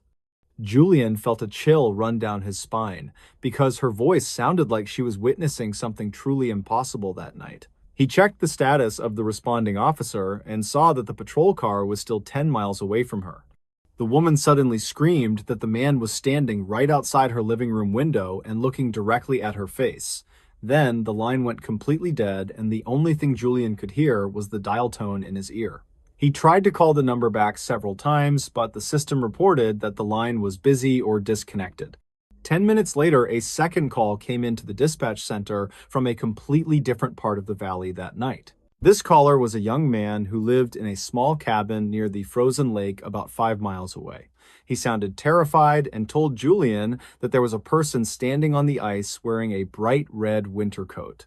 The young man said the figure had been standing in the exact same spot for over 3 hours in the blizzard. Julian felt his heart begin to race because the description of the man matched the first call perfectly in every way. He asked the caller if he could see the face of the person standing out on the frozen lake right now.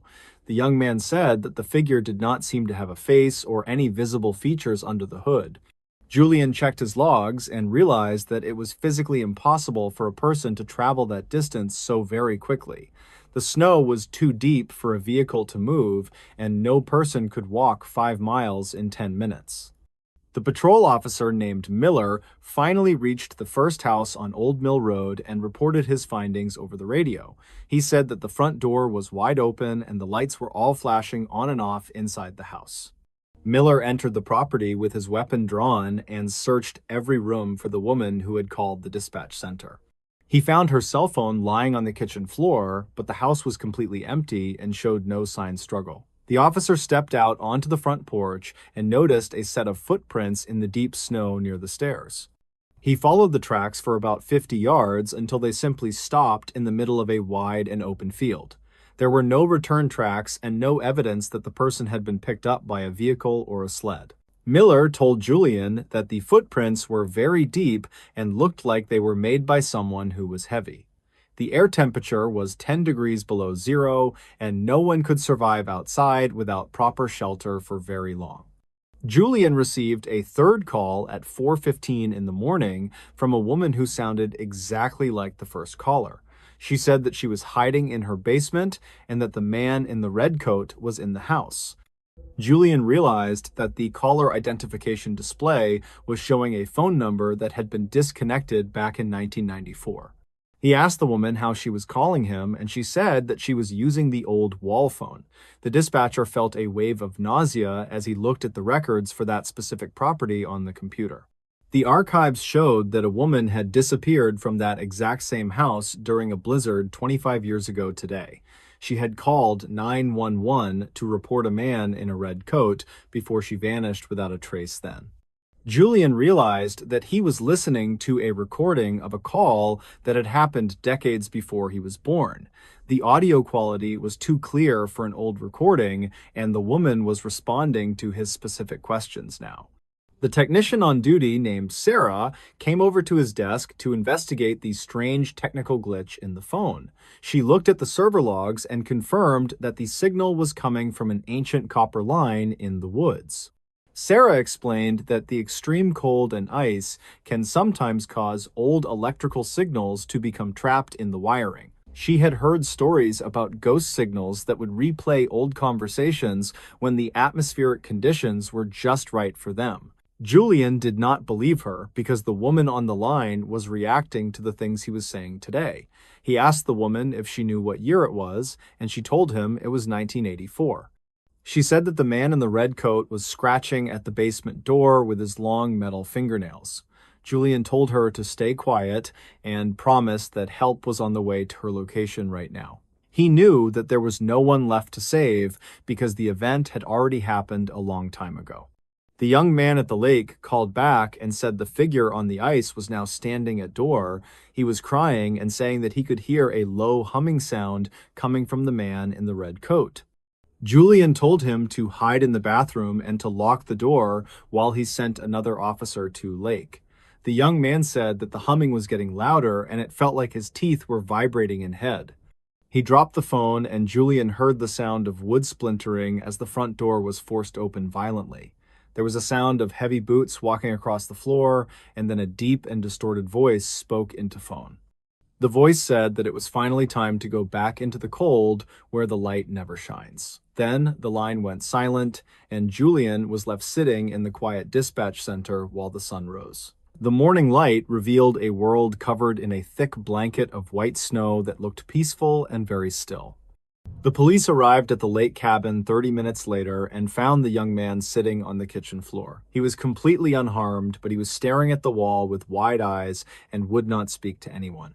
The officers found a bright red coat lying on the rug in the center of the living room that morning.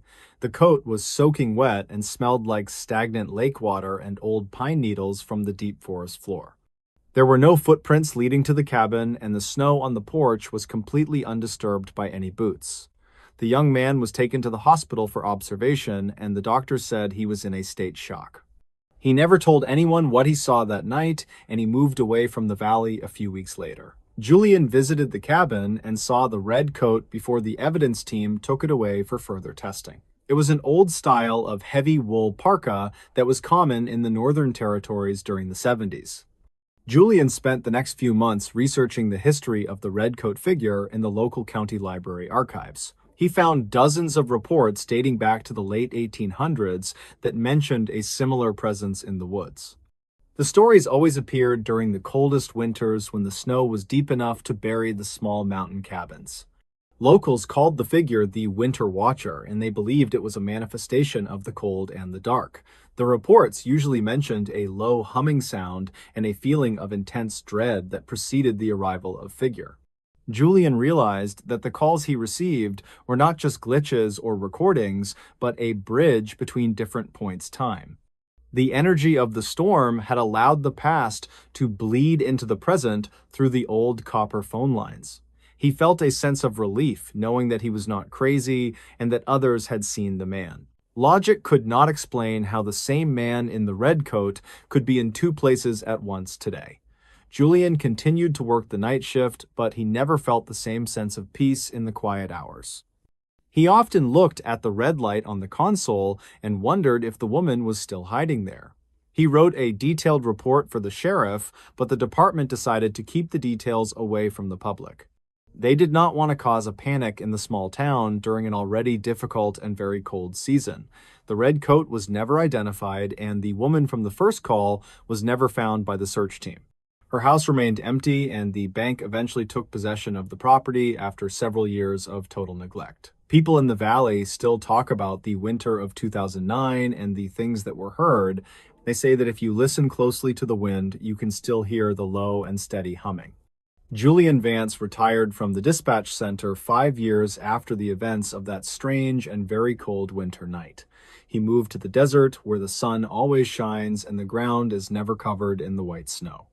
He still keeps a copy of the dispatch logs in a safe at his home as a constant reminder. He knows that the cold has a way of holding on to the things that it takes from the living world. The most unsettling emergency calls from that winter were not just about a man in a bright red coat. They were a reminder that the world is much older and much darker than we like to believe it is. Julian still wakes up in the middle of the night thinking he can hear the sound of heavy breathing. He checks his phone and sees that the screen is dark and there are no incoming calls for him now. The memory of the red coat will always stay with him like a cold shiver down his weary spine. Nature does not need a reason to be haunting, and the winter does not need a reason to take life. The valley is still there, and the wind still blows through the old copper wires when the moon is high. Julian Vance is finally at peace with the mystery, because he knows that some things are meant to stay hidden.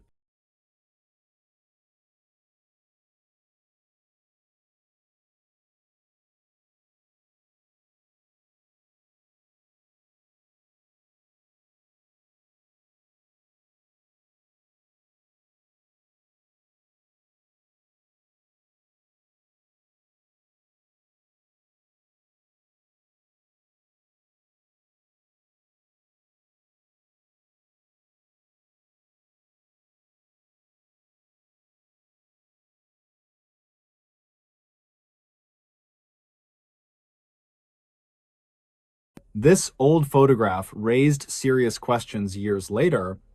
Some images capture a moment in time, but others seem to capture things that should not exist at all. This particular photograph sat inside a dusty frame for decades before anyone actually bothered to look at the finer details. Silas Thorne drove his white truck along the winding coastal roads of northern Oregon early on a Tuesday morning lately. The fog rolled in from the Pacific Ocean and covered the massive pine trees in a thick layer of gray. He was heading to an isolated property located deep within the forest to conduct a routine structural and land survey. The Sterling estate had been abandoned for over 20 years after the last owner vanished without leaving any known heirs. Local legends suggested the house was cursed, but Silas only cared about the technical aspects of the old Victorian building. He parked his vehicle on the gravel driveway and grabbed his heavy bag filled with measuring tools and camera gear. The front door creaked loudly when he pushed it open, and the smell of stagnant air hit his nose immediately. Silas was a 38-year-old property inspector who had seen hundreds of abandoned houses during his long career. He spent the first hour mapping the ground floor and taking high-resolution photographs of the damaged support beams below. The house was a masterpiece of 19th century architecture despite the significant decay visible on every single wooden surface there. Silas moved to the second floor where the master bedroom looked out over a wild and overgrown backyard garden area. He noticed a loose section of the floorboards near the built-in wardrobe and decided to check for water damage. As he pulled back the wood, he saw a small rectangle of glossy paper stuck in the dark floor joists. He reached down with his gloved hand and pulled out a Polaroid photograph that appeared remarkably well preserved for its age. The picture showed a man standing in the garden wearing a bright red windbreaker and modern-looking blue denim jeans. Silas turned the photo over and saw the date of September 12, 1994, written in faded black ink. He felt a strange sensation in his chest when he looked closely at the man standing by the stone fountain. The man in the photograph was wearing the exact same model of hiking boots that Silas had purchased last month. These boots were a limited edition release from a company that did not even exist during the 1990s era. He sat on the edge of the dusty bed and stared at the image until his eyes began to ache. The man in the picture had a scar on his left cheek that matched a mark Silas received during childhood.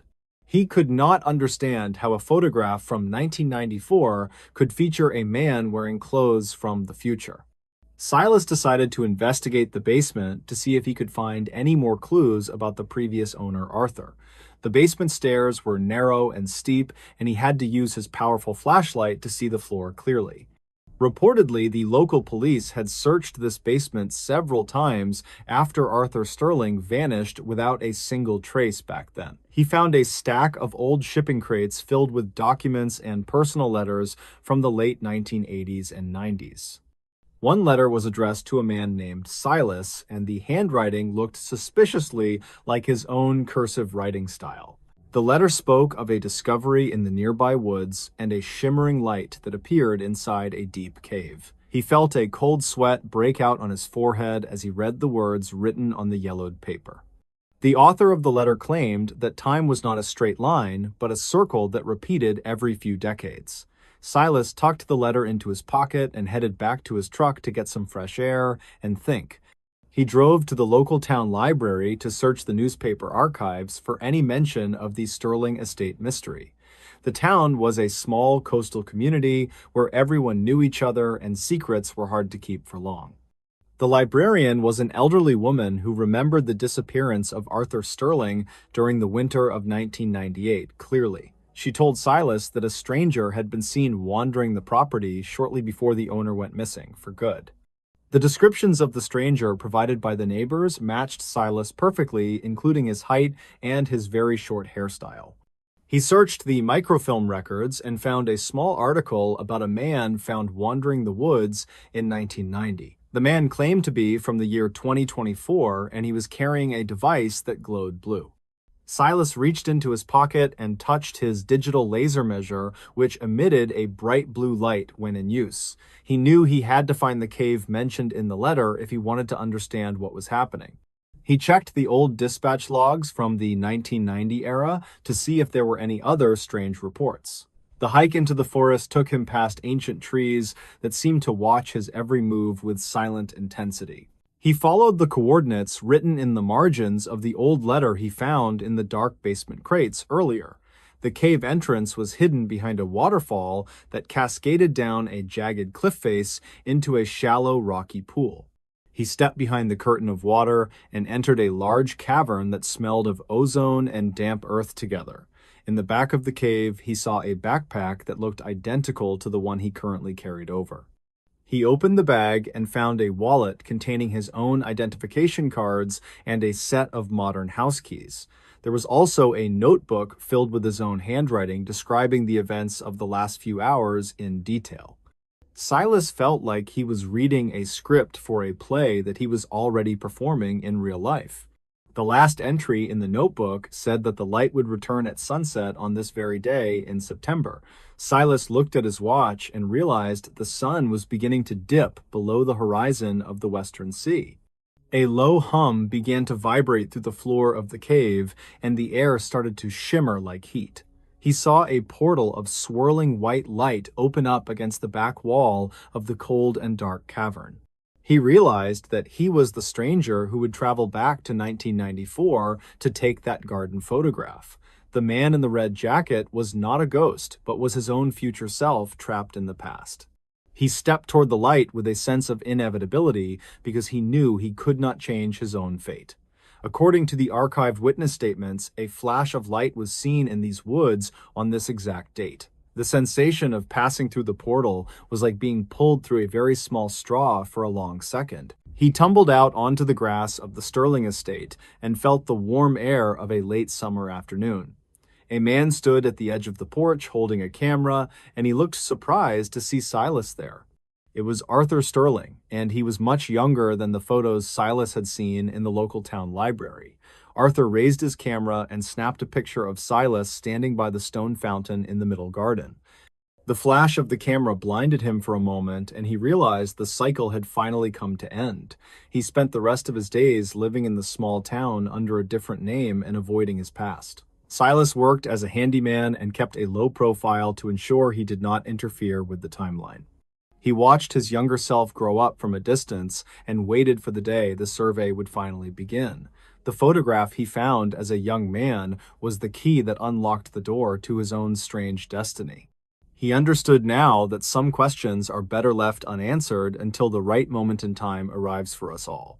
The image of the man in the red jacket remained hidden behind the floorboards for many long and silent years. Silas smiled as he looked at the sunset and realized that he was finally exactly where he was meant to be.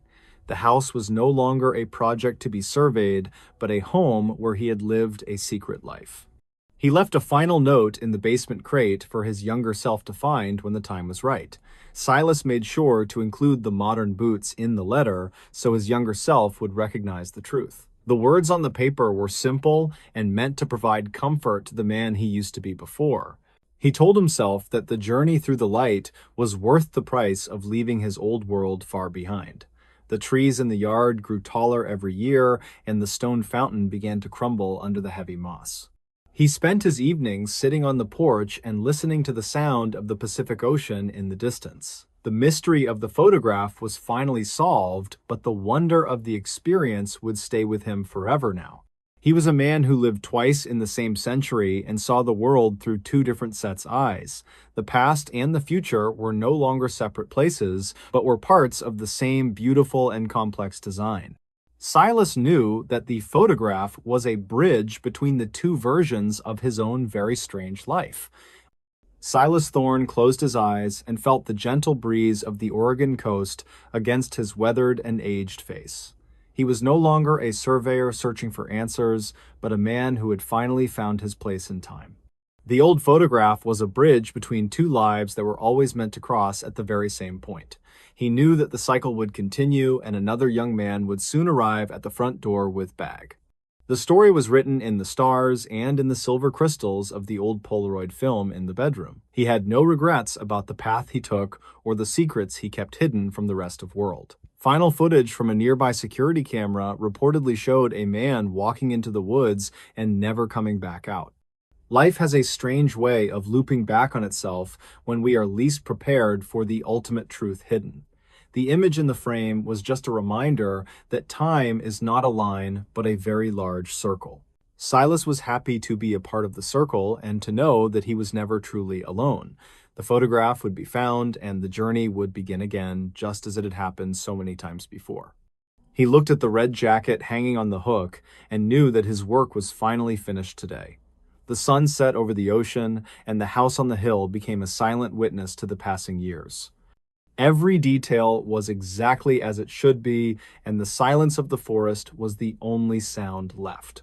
Silas Thorne leaned back in his chair and watched the stars appear in the clear and dark night sky. The mystery of the Sterling estate would remain a local legend for the people living in the small coastal town. They would talk about the man who vanished and the stranger who appeared from nowhere on a warm summer day. Silas did not mind being a legend because he knew the truth of his own incredible and long journey.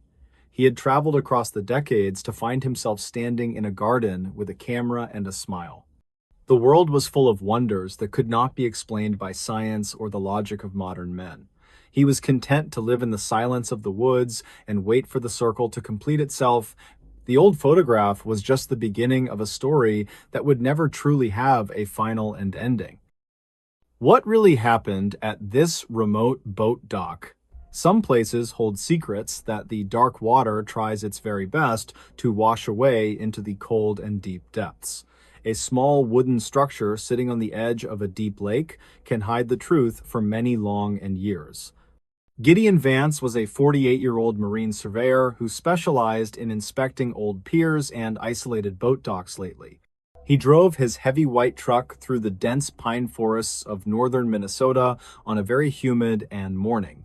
His goal for the day was to evaluate the structural integrity of a dock at the Old and Blackwood Fishing. The camp had been closed since the year 1984 after a series of strange and unexplained missing persons cases. Gideon stepped out of his vehicle and felt the damp air of the lake press against his face and bear. The dock was a skeletal remain of gray wood that stretched out into the mirror-like surface of the silent. He grabbed his underwater camera and a long metal pole to test the depth of the silt near the old. As he moved toward the end of the dock, he noticed a dark shape resting on the shallow and sandy. He reached down with his specialized reaching tool and pulled a heavy metal box from the thick and black lake. The box was locked with a rusted padlock that looked like it had been submerged for at least 30 long. He used a small pry bar from his toolkit to break the lock and open the lid of the heavy. Inside, he found a waterproof bag containing a notebook and a small camera that used old-fashioned 35mm. The notebook belonged to a man named Silas Thorne, who was a researcher exploring the lake in 1980. Gideon sat on the edge of the dock and began to read the entries written in a very frantic. The researcher claimed that the water levels in the lake would drop suddenly without any logical or natural explanation why. He wrote about a hidden chamber that appeared beneath the dock whenever the water reached a specific low. Gideon looked at the pilings and saw that the water line was much lower than it had been earlier. He noticed a set of iron rings bolted to the side of the main support beam deep under the time. He decided to climb down the slippery rings to investigate the area where the iron led into the lake bed. Reportedly, there were archived calls from local fishermen who saw a man walking onto the dock and never returning back.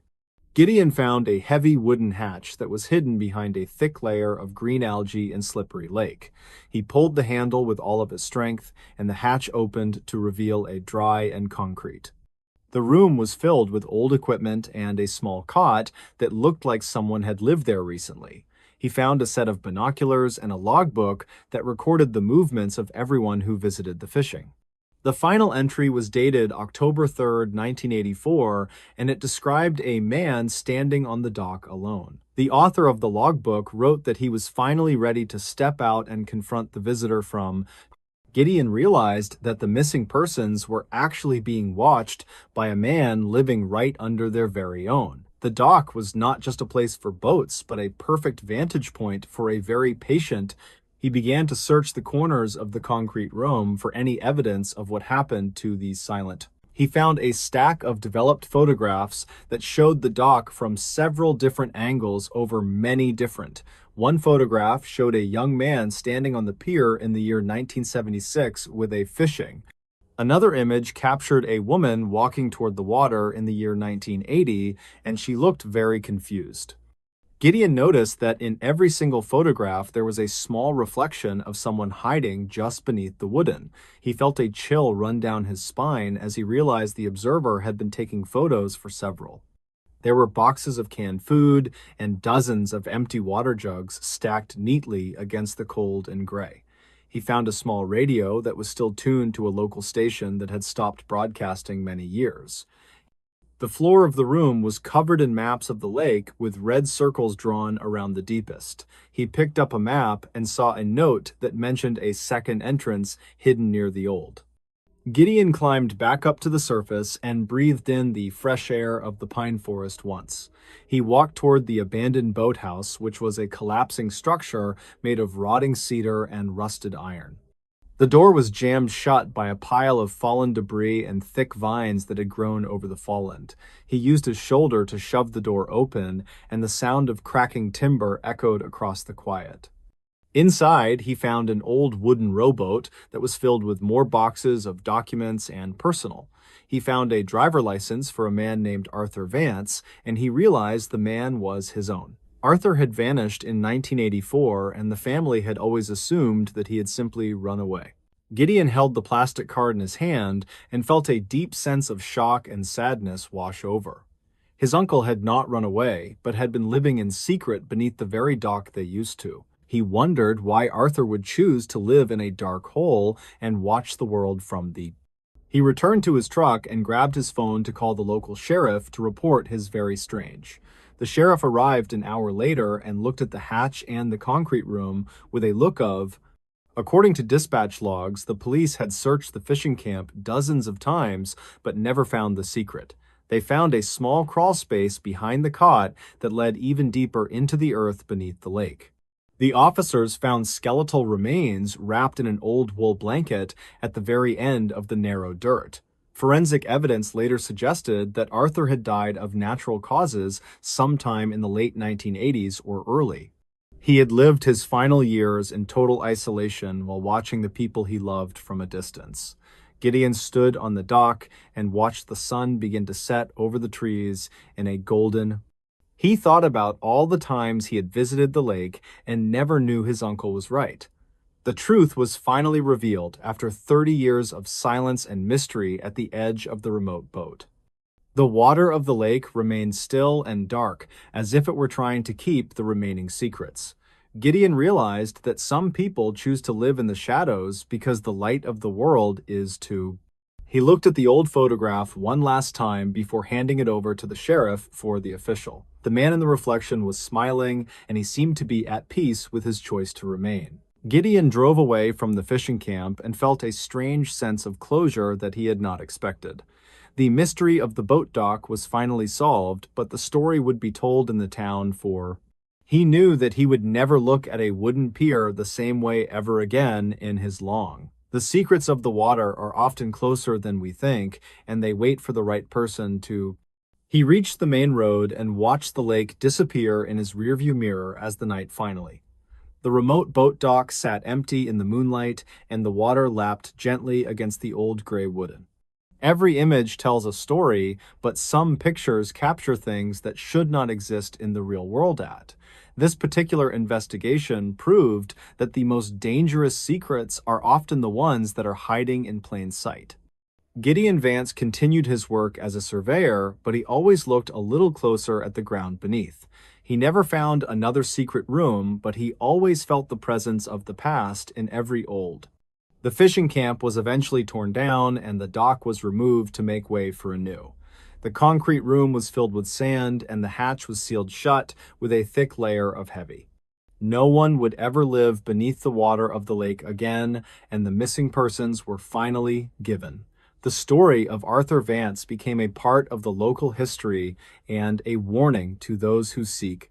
Gideon kept the old notebook as a reminder of the uncle he never truly knew during his own.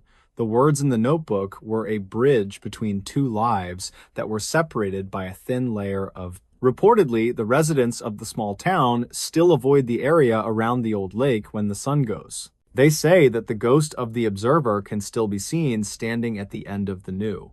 Witness statements claim that a faint blue light sometimes glows from beneath the surface of the water on Stormy. Gideon ignored the rumors and focused on the facts that he had discovered inside the dark and hidden concrete. He knew that his uncle was not a monster, but a man who was lost in his own private. The photographs were not meant to be a threat, but were the only way he could stay connected to. Life is often more complex than the stories we tell ourselves to explain the things we do not understand. The remote boat dock was a symbol of a life lived on the edge of two different end worlds. Silas Thorne and Arthur Vance were two men who shared a similar fate in the quiet woods of Northern.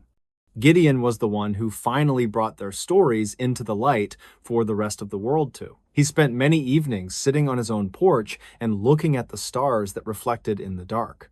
The memory of the metal box and the rusted padlock remained clear in his mind even as years. He had learned that the truth is often buried beneath layers of mud and time and requires patience too. The silence of the lake was no longer a mystery, but a comfort to the man who found the every dock has a story, and every surveyor has a case that they will never forget for as long. Gideon Vance was a man who saw the world through a lens of logic, but he learned to. The remote boat dock was his final mystery, and the one that stayed with him until the very farewell. He closed his eyes and listened to the wind in the pines and the water on the shore. The story was finished, and the circle was finally closed for the family of the man who watched.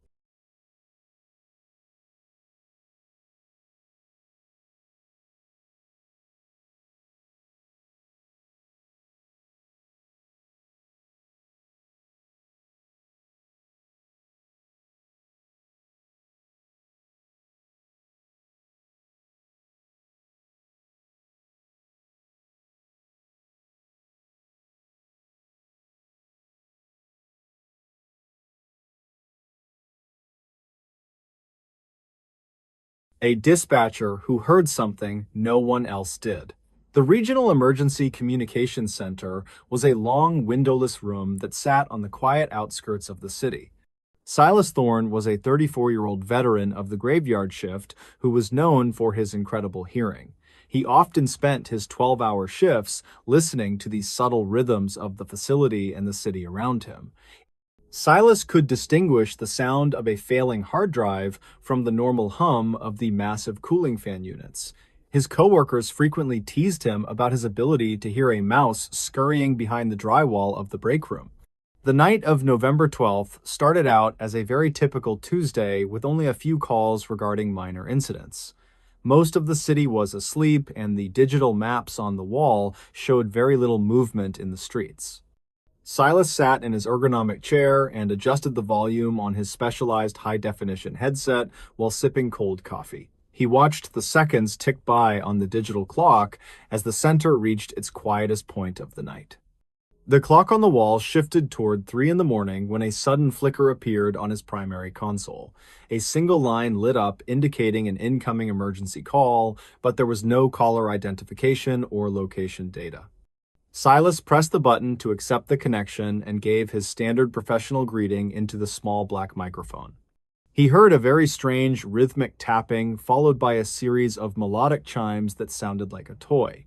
The dispatcher asked the caller to state the nature of their emergency and provide a specific location for the units. There was no verbal response, but the music continued to play with a haunting and distorted quality in his ears. Silas signaled his supervisor, Victor Vance, to listen in on the mysterious line to help identify the strange source. Victor plugged his own headset into the secondary jack and listened intently for nearly 30 seconds before shaking his head. The supervisor told Silas that the line was completely silent and that he only heard the standard digital carrier hum. Silas insisted that a very specific nursery rhyme was playing, but the audio visualizer on the screen remained perfectly flat. The computer system indicated that no sound was being transmitted from the other end of the open telephone connection at. Silas adjusted his volume to the absolute maximum level and felt a cold chill as the music grew much louder. He recognized the tune as a popular nursery rhyme from his early childhood, but the tempo was much slower now. The call disconnected after exactly 60 seconds, leaving Silas in a state of deep confusion as he stared at monitors. Victor told him it was likely a hardware glitch or a ghost call caused by moisture in the underground cables. Silas could not stop thinking about the melody and decided to check the digital archives for any similar previous calls. He spent the next 3 hours scrolling through audio logs from the past decade, but found nothing that matched it. The dispatcher reached out to a department technician named Julian Reed to ask if the recording system could fail. Julian explained that the digital compression might strip away certain analog signals if they were extremely weak or very high. Silas realized that he might be the only person who could hear the signal because of his sensitive, specialized. He began researching the history of the industrial district and discovered it was once home to a large toy factory. The factory had reportedly burned down in 1995, and the entire area remained fenced off for many years. Silas found an old newspaper article about a missing child named Arlo Finch who disappeared near the factory grounds then. The article mentioned that Arlo was carrying a custom music box when he was last seen by his worried parents. Silas felt a surge of adrenaline as he connected the melody from the call to the description in the. He pulled the original police report from 1995 and noted the last known location of the missing boy. The report stated that the search was called off after 2 weeks because the ground was considered too unstable. Silas looked at the modern coordinates from the mysterious call and saw they matched the old factory basement location. He decided to visit the site during his lunch break because the mystery was keeping him from focusing on work. The industrial district was a desolate maze of rusted metal and crumbling brick walls covered in thick green ivy. Silas climbed over a collapsed section of the perimeter fence and walked toward the center of the old factory. He carried a handheld radio and a flashlight as he navigated through the debris and scattered remnants of iron machinery. The air was cold and heavy with the scent of damp earth and rotting wood as he discovered a small opening in the concrete floor that led down into a sub-basement that was not. Silas lowered himself into the dark space and swept his flashlight across the dusty room until he saw it. Resting on a rusted metal shelf was a music box that looked remarkably well preserved despite the decades of decay. He reached out to touch the wooden casing and noticed a thin copper wire running from the box. The wire was connected to an ancient telephone junction box that was still receiving a very low amount of. Silas realized that the shifting of the building had caused the music box to wind up and trigger the cried. He heard a soft sound behind him and turned his light toward a corner where a small crawlspace was. Inside the crawlspace, he found a collection of personal items that clearly belonged to the missing boy from 1990. There were sketches and a small denim jacket along with a journal that described how the boy had hidden. The journal revealed that Arlo had found a way to survive for a short time by accessing a nearby. Silas called the police department and requested an immediate forensic team to secure the site and recover the remains. The investigation revealed that Arlo had become trapped after a structural collapse and could not find his way out. The music box had been his only comfort, and it somehow remained functional through a bizarre set of mechanical slongly. Technicians confirmed that the copper wire had acted as a primitive antenna that broadcast the sound during the heavy. The local news reported that the mystery of the missing boy was finally solved because of an observant emergency. Silas returned to his job at the communications center, but he never looked at the console in the same. He often wondered how many other voices were trapped in the old wires of the city waiting for someone. The music box was eventually placed in a museum as a reminder of the strange events that occurred. Victor apologized for doubting Silas and admitted that sometimes the technology we rely on does not capture the entire torn. The dispatcher felt a sense of peace, knowing that Arlo was no longer lost in the dark beneath the potty. He continued to work the graveyard shift and kept his headset volume high during the quietest hours of the time. Every time the clock struck 3, Silas would pause and listen for the faint melodic chimes of a. The city remained quiet, but the wires were alive with the echoes of stories that were never meant to. People in the town spoke about the miracle of the call for years and how the past found. Silas stayed at his post and watched the lights of the city while the world slept through the winter. He knew that some things could not be explained by science or digital recordings, but only by the human. The mystery of the industrial district was closed, but the memory of the melody stayed with him forever, and the archives at the police station were updated to reflect the new evidence that Silas had discovered in the he visited the grave of Arlo Finch and left a small flower to honor the boy who was lost. His coworkers treated him with a new level of respect and often asked him to listen to strange noises. Silas became a mentor for new dispatchers and taught them to trust their instincts even when the computers showed.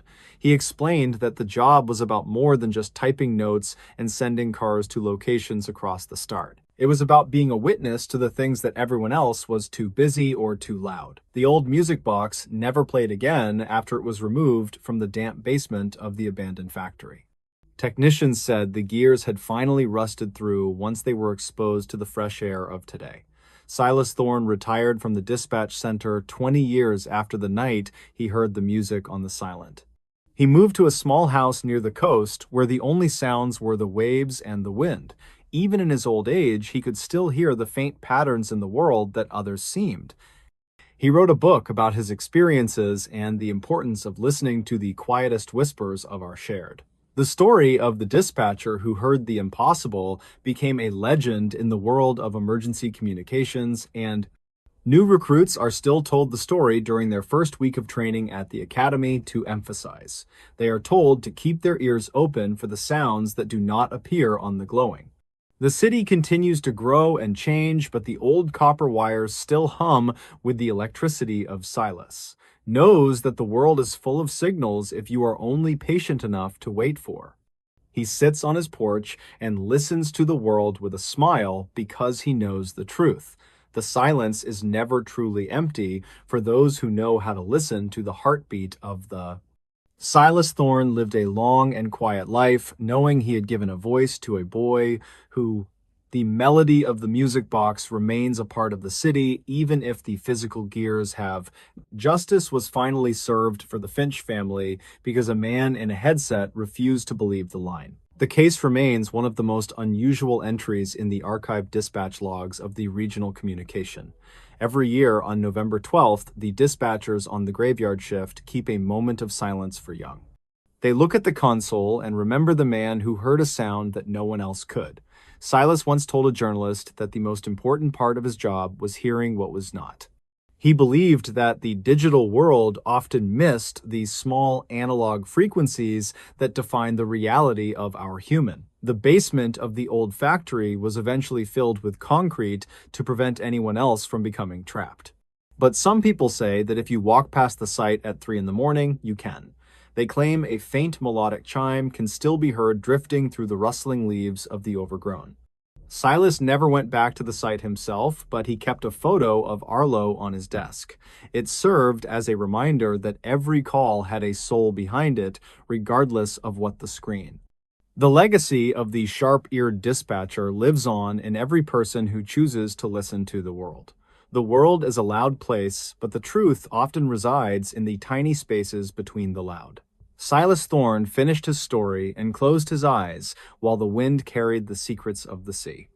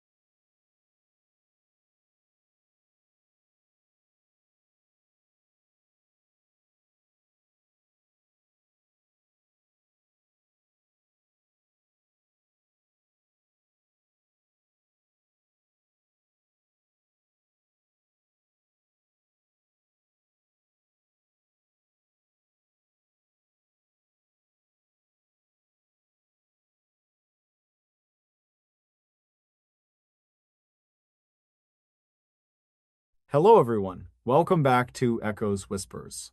I know a lot of you like to listen to these videos while you're winding down or falling asleep, so before you drift off, take a moment to drop a comment and let me know where you're listening from around the world. If you're enjoying the episodes, don't forget to like and subscribe. Now get comfortable, relax, and let's begin. What police discovered behind this locked storage door? The relentless summer sun beat down on the cracked asphalt of the storage facility lot in Central California. Tobias Vance wiped a bead of sweat from his forehead and adjusted the brim of his faded blue cap. He had worked as the site manager at Secure Keep Storage for nearly 6 years without seeing much excitement. The job mostly consisted of chasing late payments and sweeping dust from the long concrete hallways. Today was supposed to be a standard Tuesday dedicated to auditing the overdue units on the Western Row. Tobias grabbed his heavy ring of keys and a thick clipboard from the hook behind the front desk. He poured a cup of lukewarm coffee into his travel mug and headed out toward the loading bay. The facility was a sprawling maze of corrugated metal doors and numbered corridors that smelled of dry dust. Tobias walked down the aisle of Sector 4 and checked the list of units scheduled for auction processing. Most of these lockers contained abandoned furniture or boxes of old clothes that were not worth much money. He stopped in front of Unit 404, which had been rented to a man named Arthur Pence. The record showed that the rent had been paid by money order every month since 1998. The payments had stopped abruptly 3 months ago, and all certified letters to the address had returned unclaimed.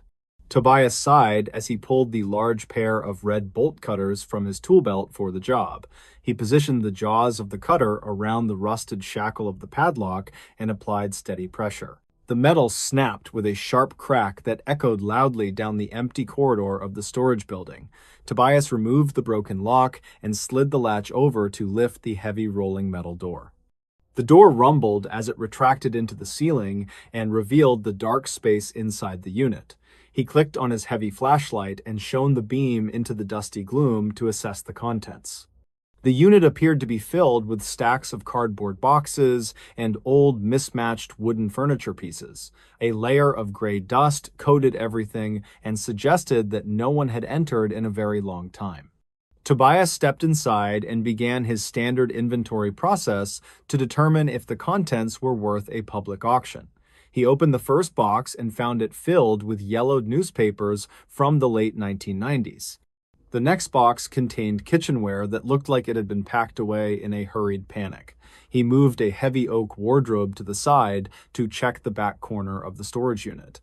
His flashlight beam hit the back wall, and he noticed something strange about the spacing of the panels. The unit should have been 20 feet deep, but the back wall seemed to be 5 feet closer. He tapped on the white metal wall, and it produced a hollow sound that was different from the others. Tobias looked closer at the seam where the wall met the floor and saw a faint scratch mark. He gripped the edge of the metal panel and pulled it hard to see if it would move. The panel slid to the left on a hidden track and revealed a heavy steel door behind it. This inner door was reinforced and fitted with a modern electronic keypad that looked very expensive and new. Tobias stared at the door and felt a cold chill run down his spine despite the heat. This was not a standard setup, and it was certainly not authorized by the facility, ownership, or management. He retreated from the unit and immediately pulled his cell phone from his pocket to call the local police. The dispatcher listened to his description of the hidden room and promised to send a patrol unit over. Tobias stood outside the unit and waited nervously while he watched the entrance for the police cruiser to arrive. Officer Mara Holloway pulled up 10 minutes later and stepped out of her vehicle with a serious expression. She walked over to Tobias and he explained the situation while pointing toward the open door of the unit. They walked back inside and Tobias showed her the false wall and the reinforced door hidden behind it. Officer Holloway examined the keypad and noted that it was still active with a faint green light blinking. She called for backup and requested a warrant based on the suspicious modification and the potential for illegal activity. 2 more officers arrived within the hour and brought heavy tools to breach the reinforced door safely. They used a hydraulic tool to force the steel frame and the lock disengaged with a loud metallic groan. The door swung open and a rush of stale and cool air flowed out from the hidden chamber. Tobias stayed back near the entrance of the unit while the officers moved in with their weapons drawn. The hidden room was not filled with drugs or stolen goods as Tobias had initially expected to find. It was set up as a small and functional living space with a cot and a desk. The walls were lined with corkboards that were covered in maps and photographs and handwritten notes. Officer Holloway holstered her weapon and signaled that the area was clear for them to examine the evidence. Tobias stepped forward cautiously and looked at the strange collection of items that filled the cramped secret room. The desk was cluttered with radio equipment and a stack of notebooks that were filled with dense writing. Officer Holloway picked up one of the notebooks and read the first page with a deep frown on her face. She motioned for her partner to start photographing the maps that were pinned to the walls of the room. The maps depicted the city's sewer system and the electrical grid with specific locations marked in red ink. Tobias looked at the photographs and realized they were surveillance pictures of a specific building downtown. The building in the photos was the main branch of the First National Bank on 4th Street. The photos showed the bank from various angles and at different times of the day and night. The notes on the board detailed the shift changes of the security guards and the armored truck schedules. It became clear that the tenant of this unit had been planning a massive robbery for decades. Officer Holloway moved to a metal shelving unit in the corner and found a row of videotapes. The labels on the tapes had dates that went back to the year 2001. She checked the equipment on the desk and found a scanner that was tuned to the police frequency. The tenant had been monitoring law enforcement communications from this soundproof room for a very long time. Tobias noticed a small cooler in the corner of the room and pointed it out to the officers. Officer Holloway put on a pair of latex gloves and carefully opened the lid of the plastic cooler. Inside, she found several stacks of cash that were wrapped in plastic bands and clearly marked. The bands bore the stamp of a bank that had been robbed in 2005. That robbery had been a high-profile case where the thief had vanished without a trace. The police had never identified a suspect, and the case had gone cold after a few years. It appeared that the thief had been living right here in the storage unit the entire time. The officers began to search the rest of the room for any sign of the tenant himself. They found a sleeping bag rolled up on the cot and a pile of canned food nearby. There was also a calendar on the wall that had been marked off until 3 months ago. The last marked date coincided with the time that the rent payments had stopped coming to the office. Officer Holloway looked under the cot and found a small metal box that was locked with a key. She used a small pry bar to pop the lid of the box open on the desk. Inside the box was a driver license and a set of old keys and a wedding ring. The license belonged to a man named Gerald Finch, who had been reported missing in 1999. Finch had been a security consultant for the very bank that had been robbed in 2005. The pieces of the puzzle began to click together for the officers standing in the small room. Finch had staged his own disappearance and then used his inside knowledge to rob the bank later. He had lived in this hidden room to avoid detection and spend his stolen money very slowly. Tobias felt a wave of shock as he realized he had walked past this unit for years. He had likely passed Gerald Finch in the hallway without ever knowing who the man really was. The officers continued to catalog the evidence and found a journal that explained the final days. The last entry in the journal described severe chest pains and a fear of going to a hospital. Finch had written that he knew his time was running out and he had nowhere to go. He had apparently died somewhere else or managed to leave the facility before collapsing in the street. Officer Holloway called dispatch to check the records of unidentified bodies found in the last 3 months. There was a report of a John Doe who had died of a heart attack at a bus stop. The description of the deceased man matched the photo on the driver license found in the box. The mystery of the missing security consultant and the bank robbery was finally solved in this room. Tobias watched as the police evidence team arrived to bag the cash and the surveillance tapes. The facility owner arrived shortly after and spoke with the police about the unauthorized construction of the room. He was just as shocked as Tobias to learn that a fugitive had been living within the walls.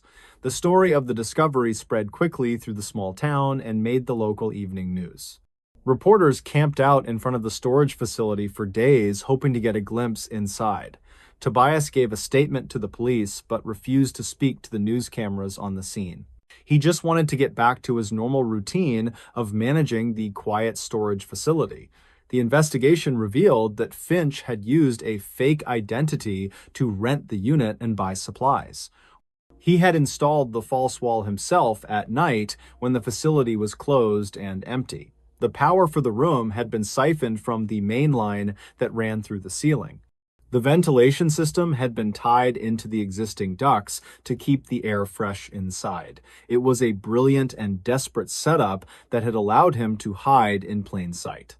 The police estimated that he had lived there for nearly 20 years without raising any suspicion. Tobias thought about the countless times he had walked down that hallway and heard nothing at all. The insulation in the false wall was incredibly thick and blocked any sound from the inside. Finch had lived a ghost life surrounded by his stolen wealth, but unable to truly enjoy it. The tragic nature of the situation lingered in the mind of Tobias long after the police left. The unit was eventually cleared out and the false wall was torn down by a construction crew. The space was returned to its original size and rented out to a new tenant the next month. But Tobias never looked at Unit 404 the same way again after that day. He always paused for a second when he walked past it during his daily facility inspections. He wondered if there were other secrets hidden behind the thousands of locked doors in the facility. The experience taught him that you never really know what is happening in the spaces around you. It was a sobering reminder that everyone has a story and some people go to great lengths to hide. The discovery of the hidden room became a local legend that people whispered about for years. The bank eventually recovered a portion of the stolen money, but much of it had been spent. The rest of the cash was returned to the insurance company that had covered the loss years ago. The case of Gerald Finch was officially closed by the police department thanks to the discovery by Tobias. He received a small reward from the bank for his role in recovering the stolen funds. Tobias used the money to take a long vacation and stepped away from the storage business for a while. He needed some time to clear his head and forget about the man in the wall. When he returned to work, he was more diligent than ever about checking the units and the records. He made sure to inspect the walls and the dimensions of every empty unit he cleaned. He never found another hidden room or a secret fugitive living in the facility again. But the memory of that hot Tuesday afternoon stayed with him for the rest of his life. It was the day that a simple bolt cutter revealed a secret that had been buried for decades. The mundane world of storage units had proven to be far more mysterious than he imagined. Tobias often told the story to new employees as a warning to always be observant. He wanted them to understand that their job was not just about sweeping floors and cutting locks. It was about maintaining the security and the integrity of the place where people kept their lives. The storage facility was a repository of memories, and sometimes those memories were dark and dangerous. The legacy of Arthur Pence or Gerald Finch remained a part of the facility history forever. It was a strange footnote in the quiet life of Tobias Vance and the town of Modesto. The police kept the surveillance logs as evidence for training on how patient criminals could be. The level of detail in the planning was disturbing to the detectives who analyzed the notebooks. Finch had known the names of every bank employee and their daily habits and schedules. He had watched them from the shadows and planned his crime with mathematical precision. It was chilling to think that he had been watching the town for so long undetected. The false wall had been his shield against the world and his prison at the same time. Tobias sometimes wondered if Finch had regretted his choices in those final lonely days in the dark. The journal entries suggested a deep sadness and a longing for a normal life he lost. He had traded his freedom for a pile of cash that he could not openly spend. It was a cautionary tale about greed and the high price of living a lie. The hidden room was a testament to the wasted potential of a brilliant but misguided man. Tobias felt a strange pity for the man who had died alone with his secrets. The storage facility eventually changed ownership and was renovated with new security cameras and gates. The old corridors were painted and the lighting was improved to eliminate the dark corners. But the story of Unit 404 was passed down to the new management team. It served as a reminder that security was not just about fences and cameras and codes, it was about knowing who was on the property and what they were doing there. Tobias retired a few years later and moved to a smaller town near the coast. He enjoyed the fresh ocean air and the open spaces that were far from the cramped hallways. He never rented a storage unit for his own belongings after his experience at the facility. He preferred to keep his possessions close where he could see them and know they were safe. The mystery of the locked door had changed his perspective on privacy and hidden spaces. He knew that some doors were better left unopened and some secrets were better left found. But he was proud that he had done his job and brought the truth to light. The case of the hidden room remains one of the strangest events in the history of the town. It is a story that reminds people that the truth is often stranger than fiction. The most ordinary places can hide the most extraordinary secrets if you look closely enough. Tobias Vance was just a man doing his job who stumbled into a mystery, and that mystery revealed the hidden life of a man who had vanished from the world. It was a discovery that no one expected behind a locked storage door. The final report from the police stated that the room was a masterpiece of concealment. The carpentry work on the false wall was professional and nearly impossible to detect visually. If Tobias had not noticed the depth difference, the room might have remained hidden forever. The next tenant might have filled the unit with boxes and never known about the space behind. It was a stroke of luck and attention to detail that solved the cold case. The incident highlighted the importance of being thorough in even the most routine tasks. Tobias sat on his porch years later and watched the sunset over the Pacific Ocean. He thought about the dust and the silence of the storage facility he had left behind. He was glad to be out in the open air where nothing was hidden from view. The world was full of secrets, but he was done uncovering them for a while. He took a sip of his tea and let the memory of the hidden room fade. It was just a story now, and he was happy to let it be just that.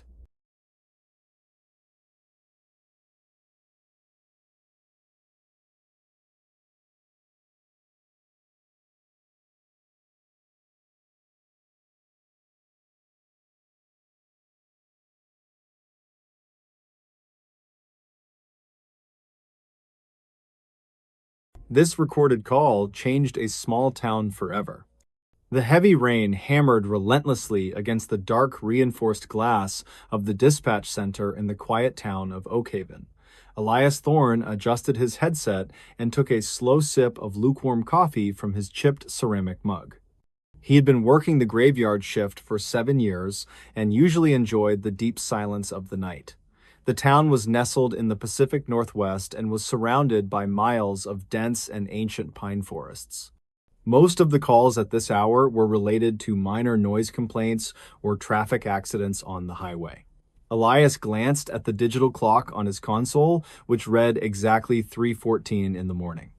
He leaned back in his ergonomic chair and watched the heavy rain streak down the windows like running tears. The silence of the room was suddenly shattered by the sharp and rhythmic ringing of the emergency line. Elias sat up straight and tapped the answer button on his console with a practiced and steady hand. He spoke his standard greeting and asked the caller to state their emergency clearly for the official record. There was no immediate response from the other end of the line, only the sound of heavy static. Elias repeated his question and pressed the volume up button to hear the background noise more clearly. He heard a strange clicking sound, followed by a heavy silence that felt very oppressive and intentional to him. Then a voice broke through the static, and it sounded like it was coming from a deep tunnel. It was a male voice that sounded rough and strained, as if the person had been crying recently. The man was not speaking to Elias, but seemed to be talking to someone else in the room. He was apologizing over and over again for something that had happened a very long time ago. Elias quickly started the trace program on his computer to locate the precise origin of the strange call. The voice on the line continued to ramble about a red door and a missing silver key. The trace came back with a location on the outskirts of town near the abandoned lumber mill property.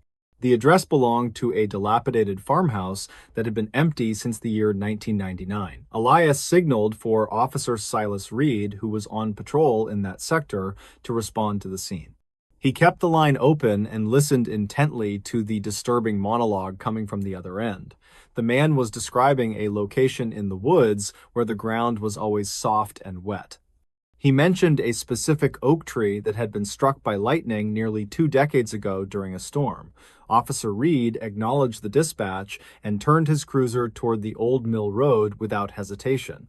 The rain was turning the dirt road into thick mud and making the drive difficult and dangerous. Elias relayed the information from the call to Reed as he drove through the blinding storm that night. The voice on the phone suddenly stopped speaking and was replaced by a high-pitched mechanical whine. It sounded like a tape rewinding or an old machine struggling to operate properly in the damp air. Elias realized with a sudden jolt that he might be listening to a recording rather than a live person. The line went dead with a loud click before Elias could ask any more questions to the caller.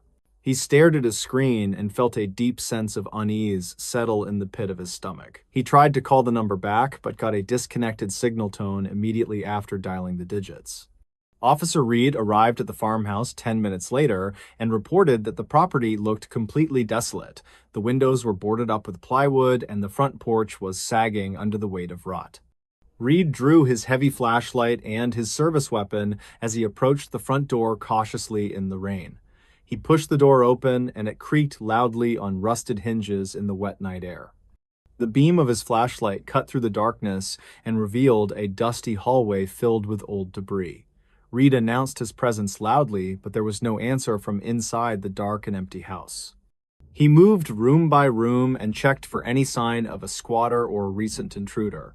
The house smelled of mildew and old wood and damp earth from the storm raging outside the walls. He reached the kitchen at the back of the house and found something sitting on the rotting table. It was an old reel-to-reel tape recorder that was plugged into a portable battery pack. A telephone handset was lying next to the speaker of the machine, which had been taken off the hook. Someone had rigged the device to play the tape into the phone and then disconnected the line. Reed secured the scene and called for a detective to come out and process the strange evidence. This was not a random prank, but a deliberate attempt to send a message to the local police. Elias listened to the initial report from Reed and felt a cold chill run down his spine. Detective Miller arrived at the scene an hour later to collect the recorder and the magnetic tape. They brought the device back to the station where the audio equipment was much better for analysis. Elias stayed past the end of his shift because he needed to know what was on that tape. They set up the reel in the evidence room and prepared to play it from the very beginning. The tape started with a long period of silence, followed by the sound of a heavy door closing. Then, the voice that Elias had heard on the phone began to speak again clearly and without static. The audio quality was much higher on the master tape than it had been over the phone line. They could hear background noises that had been lost in the transmission of the call that morning. There was the sound of a train whistle blowing in the distance at regular intervals on the recording. Detective Miller noted that the train tracks near the mill had been removed in 2001. This confirmed that the recording had been made at least 20 years ago or possibly even earlier. The man on the tape was confessing to a crime that had haunted the town for decades. He spoke about a girl named Sarah who had vanished on her way home from school one afternoon. Sarah had gone missing in 1998, and her body had never been found by the police. The man on the tape described exactly how he had lured her into his car that day. He detailed the route he took into the woods and where he had buried her body afterwards. He mentioned the lightning-struck oak tree that Elias had heard about during the initial phone call. The level of detail in the confession was sickening and left no doubt about its authenticity to the officers. Detective Miller stopped the tape and looked at Elias with a grim expression on his face. They needed to identify the voice on the tape to catch the killer if he was still alive. Elias suggested they run the audio through the digital database to check for potential voice matches. The town was small enough that the police had records of many residents over the last 30 years. They isolated a clear section of the speech and fed it into the computer system for analysis. The software took several minutes to process the audio file while they waited in the silent room. The results came back with a 90% match to a man named Arthur Vance who lived nearby. Arthur Vance was a prominent figure in the community who had served on the town council for years. He was known for his charity work and had even helped organize the search for Sarah back then. The revelation that he could be the killer sent a shockwave through the small room of officers. Detective Miller immediately requested a warrant to search the property that Vance owned near the woods. They also needed to bring Vance in for questioning immediately before he could flee the area that morning. A convoy of police vehicles headed out to the Vance residence as the sun began to rise. The rain had finally stopped, but the sky was still gray and heavy with dark clouds. Arthur Vance was eating breakfast on his porch when the police cars pulled into his long driveway. He did not run or fight, but simply set down his coffee cup and sighed deeply. He looked like a man who had been waiting for this moment for a very long time.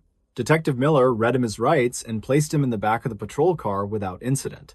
Meanwhile, another team of officers went to the location described in the tape recording near the old mill.